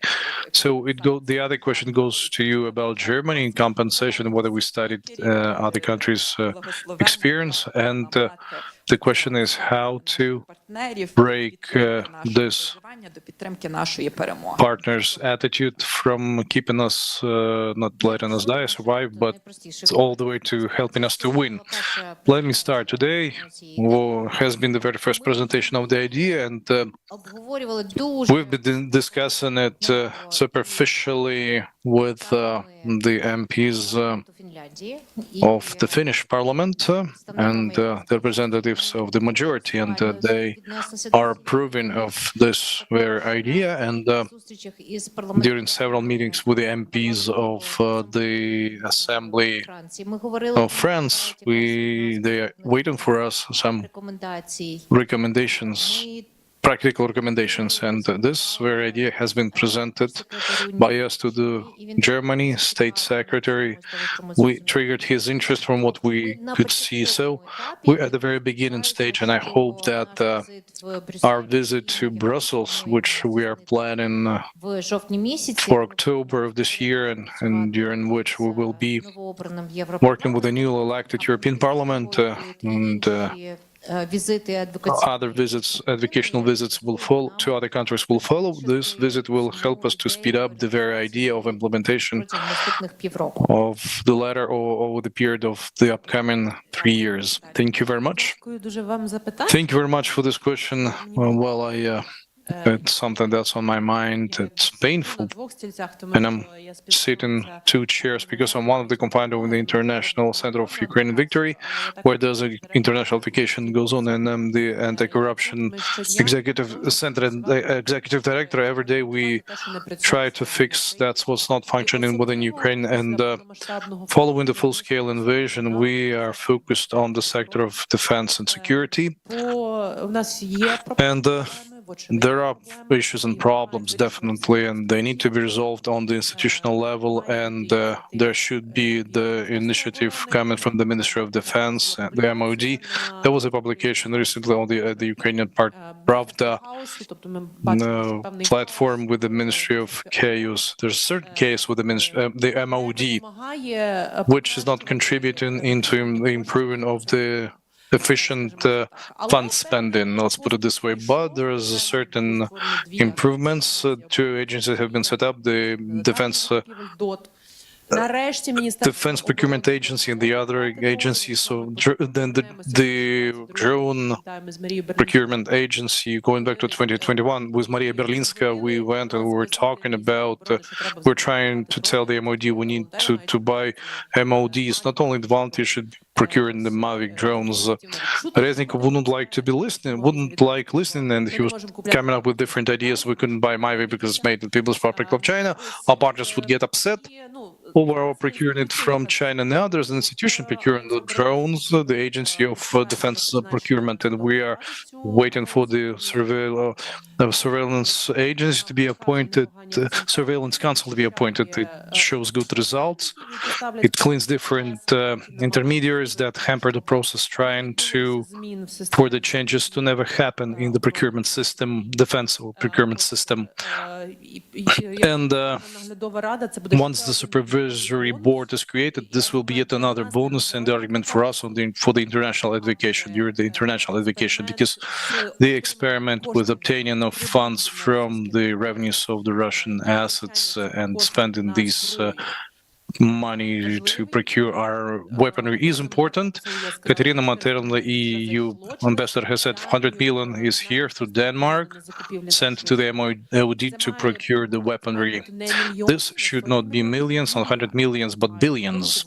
Billions should be sent, of Russian money should be sent to Ukraine to procure the Ukrainian weaponry and arms. This will enable us to expand, scale up the production of weaponry and arms, not only drones, but producing other types of weaponry, the AEW and ammunition is what we started producing, but all the manufacturers lack money and long-term contracts for scaling up of their production and improving. We also need to improve the regulations. This is what we need to work with the representatives of the MOD and other ministries. And unfortunately, they haven't created the legal field that would motivate the defense producers stay in Ukraine. A lot of production facilities are leaving Ukraine for elsewhere because the legal field is better regulated elsewhere. We're doing what we can, but there's a synergy and advocacy within the country when we're frankly saying what is wrong, what's functioning wrong, when we admit that there's a problem. Yes, we'll say defense procurement there are some problems, and this is what we've done over 1 or 2 years, and this is what we're doing. Dear international partners, you do your part of the work. So we agreed that Russia has got to pay, please confiscate and make things happen. And I would also like to reply Hanna's question about the victory plan. I think that the confiscation of the Russian sovereign assets is one of the fundamental nails into the coffin of our enemy. And our enemy doesn't like our campaign. Ever since we started promoting Make Russia Pay, all different Russian trolls will write that different Russian Galushkas, because she's Galushka, a ban in Ukraine. They are trying to take away our money. How dare are they? So we see that we see that the response from the RF that this is something that's bad for them. We need to win Russia at the battlefield, but we need to win Russia with their money. So if the Russian confiscated money is supplemented with the war tax, not only Galushka, but Ms. Wojcicka will also be on the top of enemy lists of the Russian Federation. Thank you. So before answering the question that have been assigned, I would like to, Mr. Colonel, I would like to express my gratitude for your service, first and foremost. And I do understand.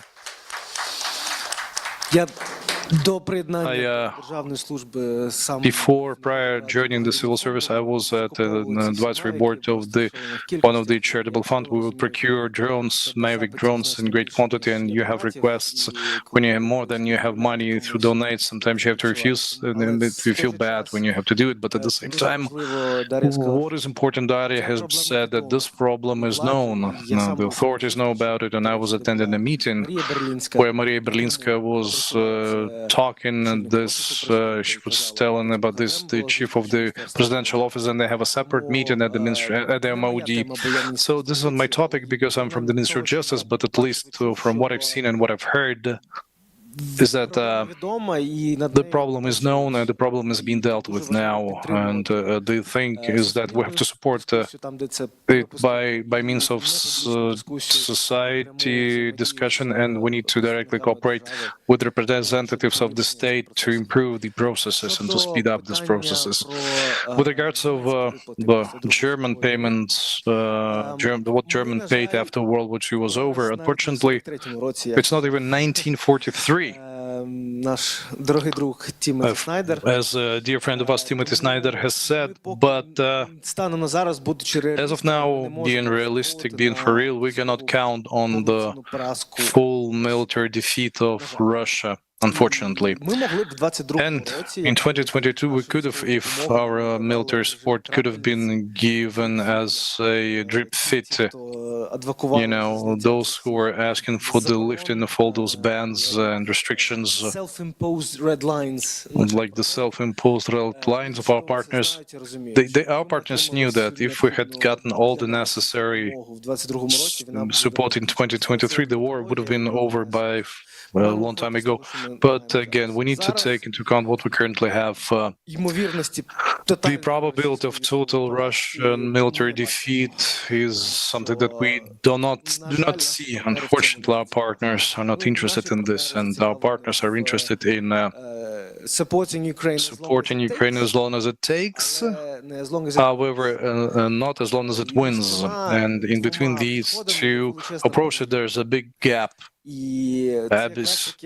So this is, I'm answering two questions with one answer. The reparations that Germany had to pay following WW2 was possible because Germany was defeated to the ground, which that happened because the United Forces opened the second front, D-Day, and they entered the war. Now it's not possible because the Allies are afraid of nuclear power, weapon of Russia.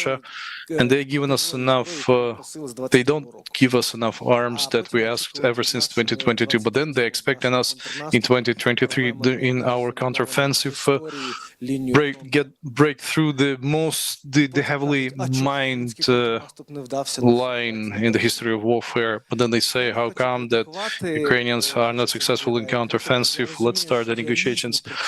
I know that there are different reasons for the escalation management, 70 jets, and there are legitimate concerns. We have to be aware that Russia is investing a lot of sources that we have never had over this period of.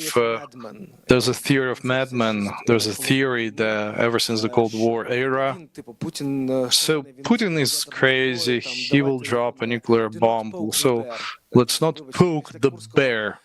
After our Kursk operation, the New York Times says Ukraine is poking the Russian bear. So this is what we have to fight again and again, but there's no other way out for us. And answering the victory plan question, we need to step by step, gradually але постійно but steadily ось це сприйняття Росії dilute this perception of Russia with Western states as a superstate. не була. Russia has never been a superstate, and it is not now, as the late John McCain senator said. This is the filling station that's camouflaged as a state, but this filling station has got a lot of money that it invests into its canned meat, like John Hersheimer and any other activists saying that you cannot poke the bear, you cannot provoke Russia. There's a Latin saying, "Utakavat lapidum no visitsa pecadentum." A drop breaks the stone, but not with the force, but the fact that drop is repeated again and again, drop after drop. So this is what we do. This is what we do with the civil society, with our mass media, with our scientists. And I'm summoning again you again to join in this process. We are fully open at the Ministry of Justice, at the Presidential Office. We're willing to embrace any proposals, and we're willing to cooperate with you in these educational diplomatic campaigns. Quite often we travel to different international events, and we're ready to incorporate your proposals into our thesis, into our advocation and diplomatic efforts. And we will be extremely valuing your support in this. Thank you very much. Thank you very much. Keep hands to work, and so that the victory be the soonest possible. Glory to Ukraine. Slava Ukraini.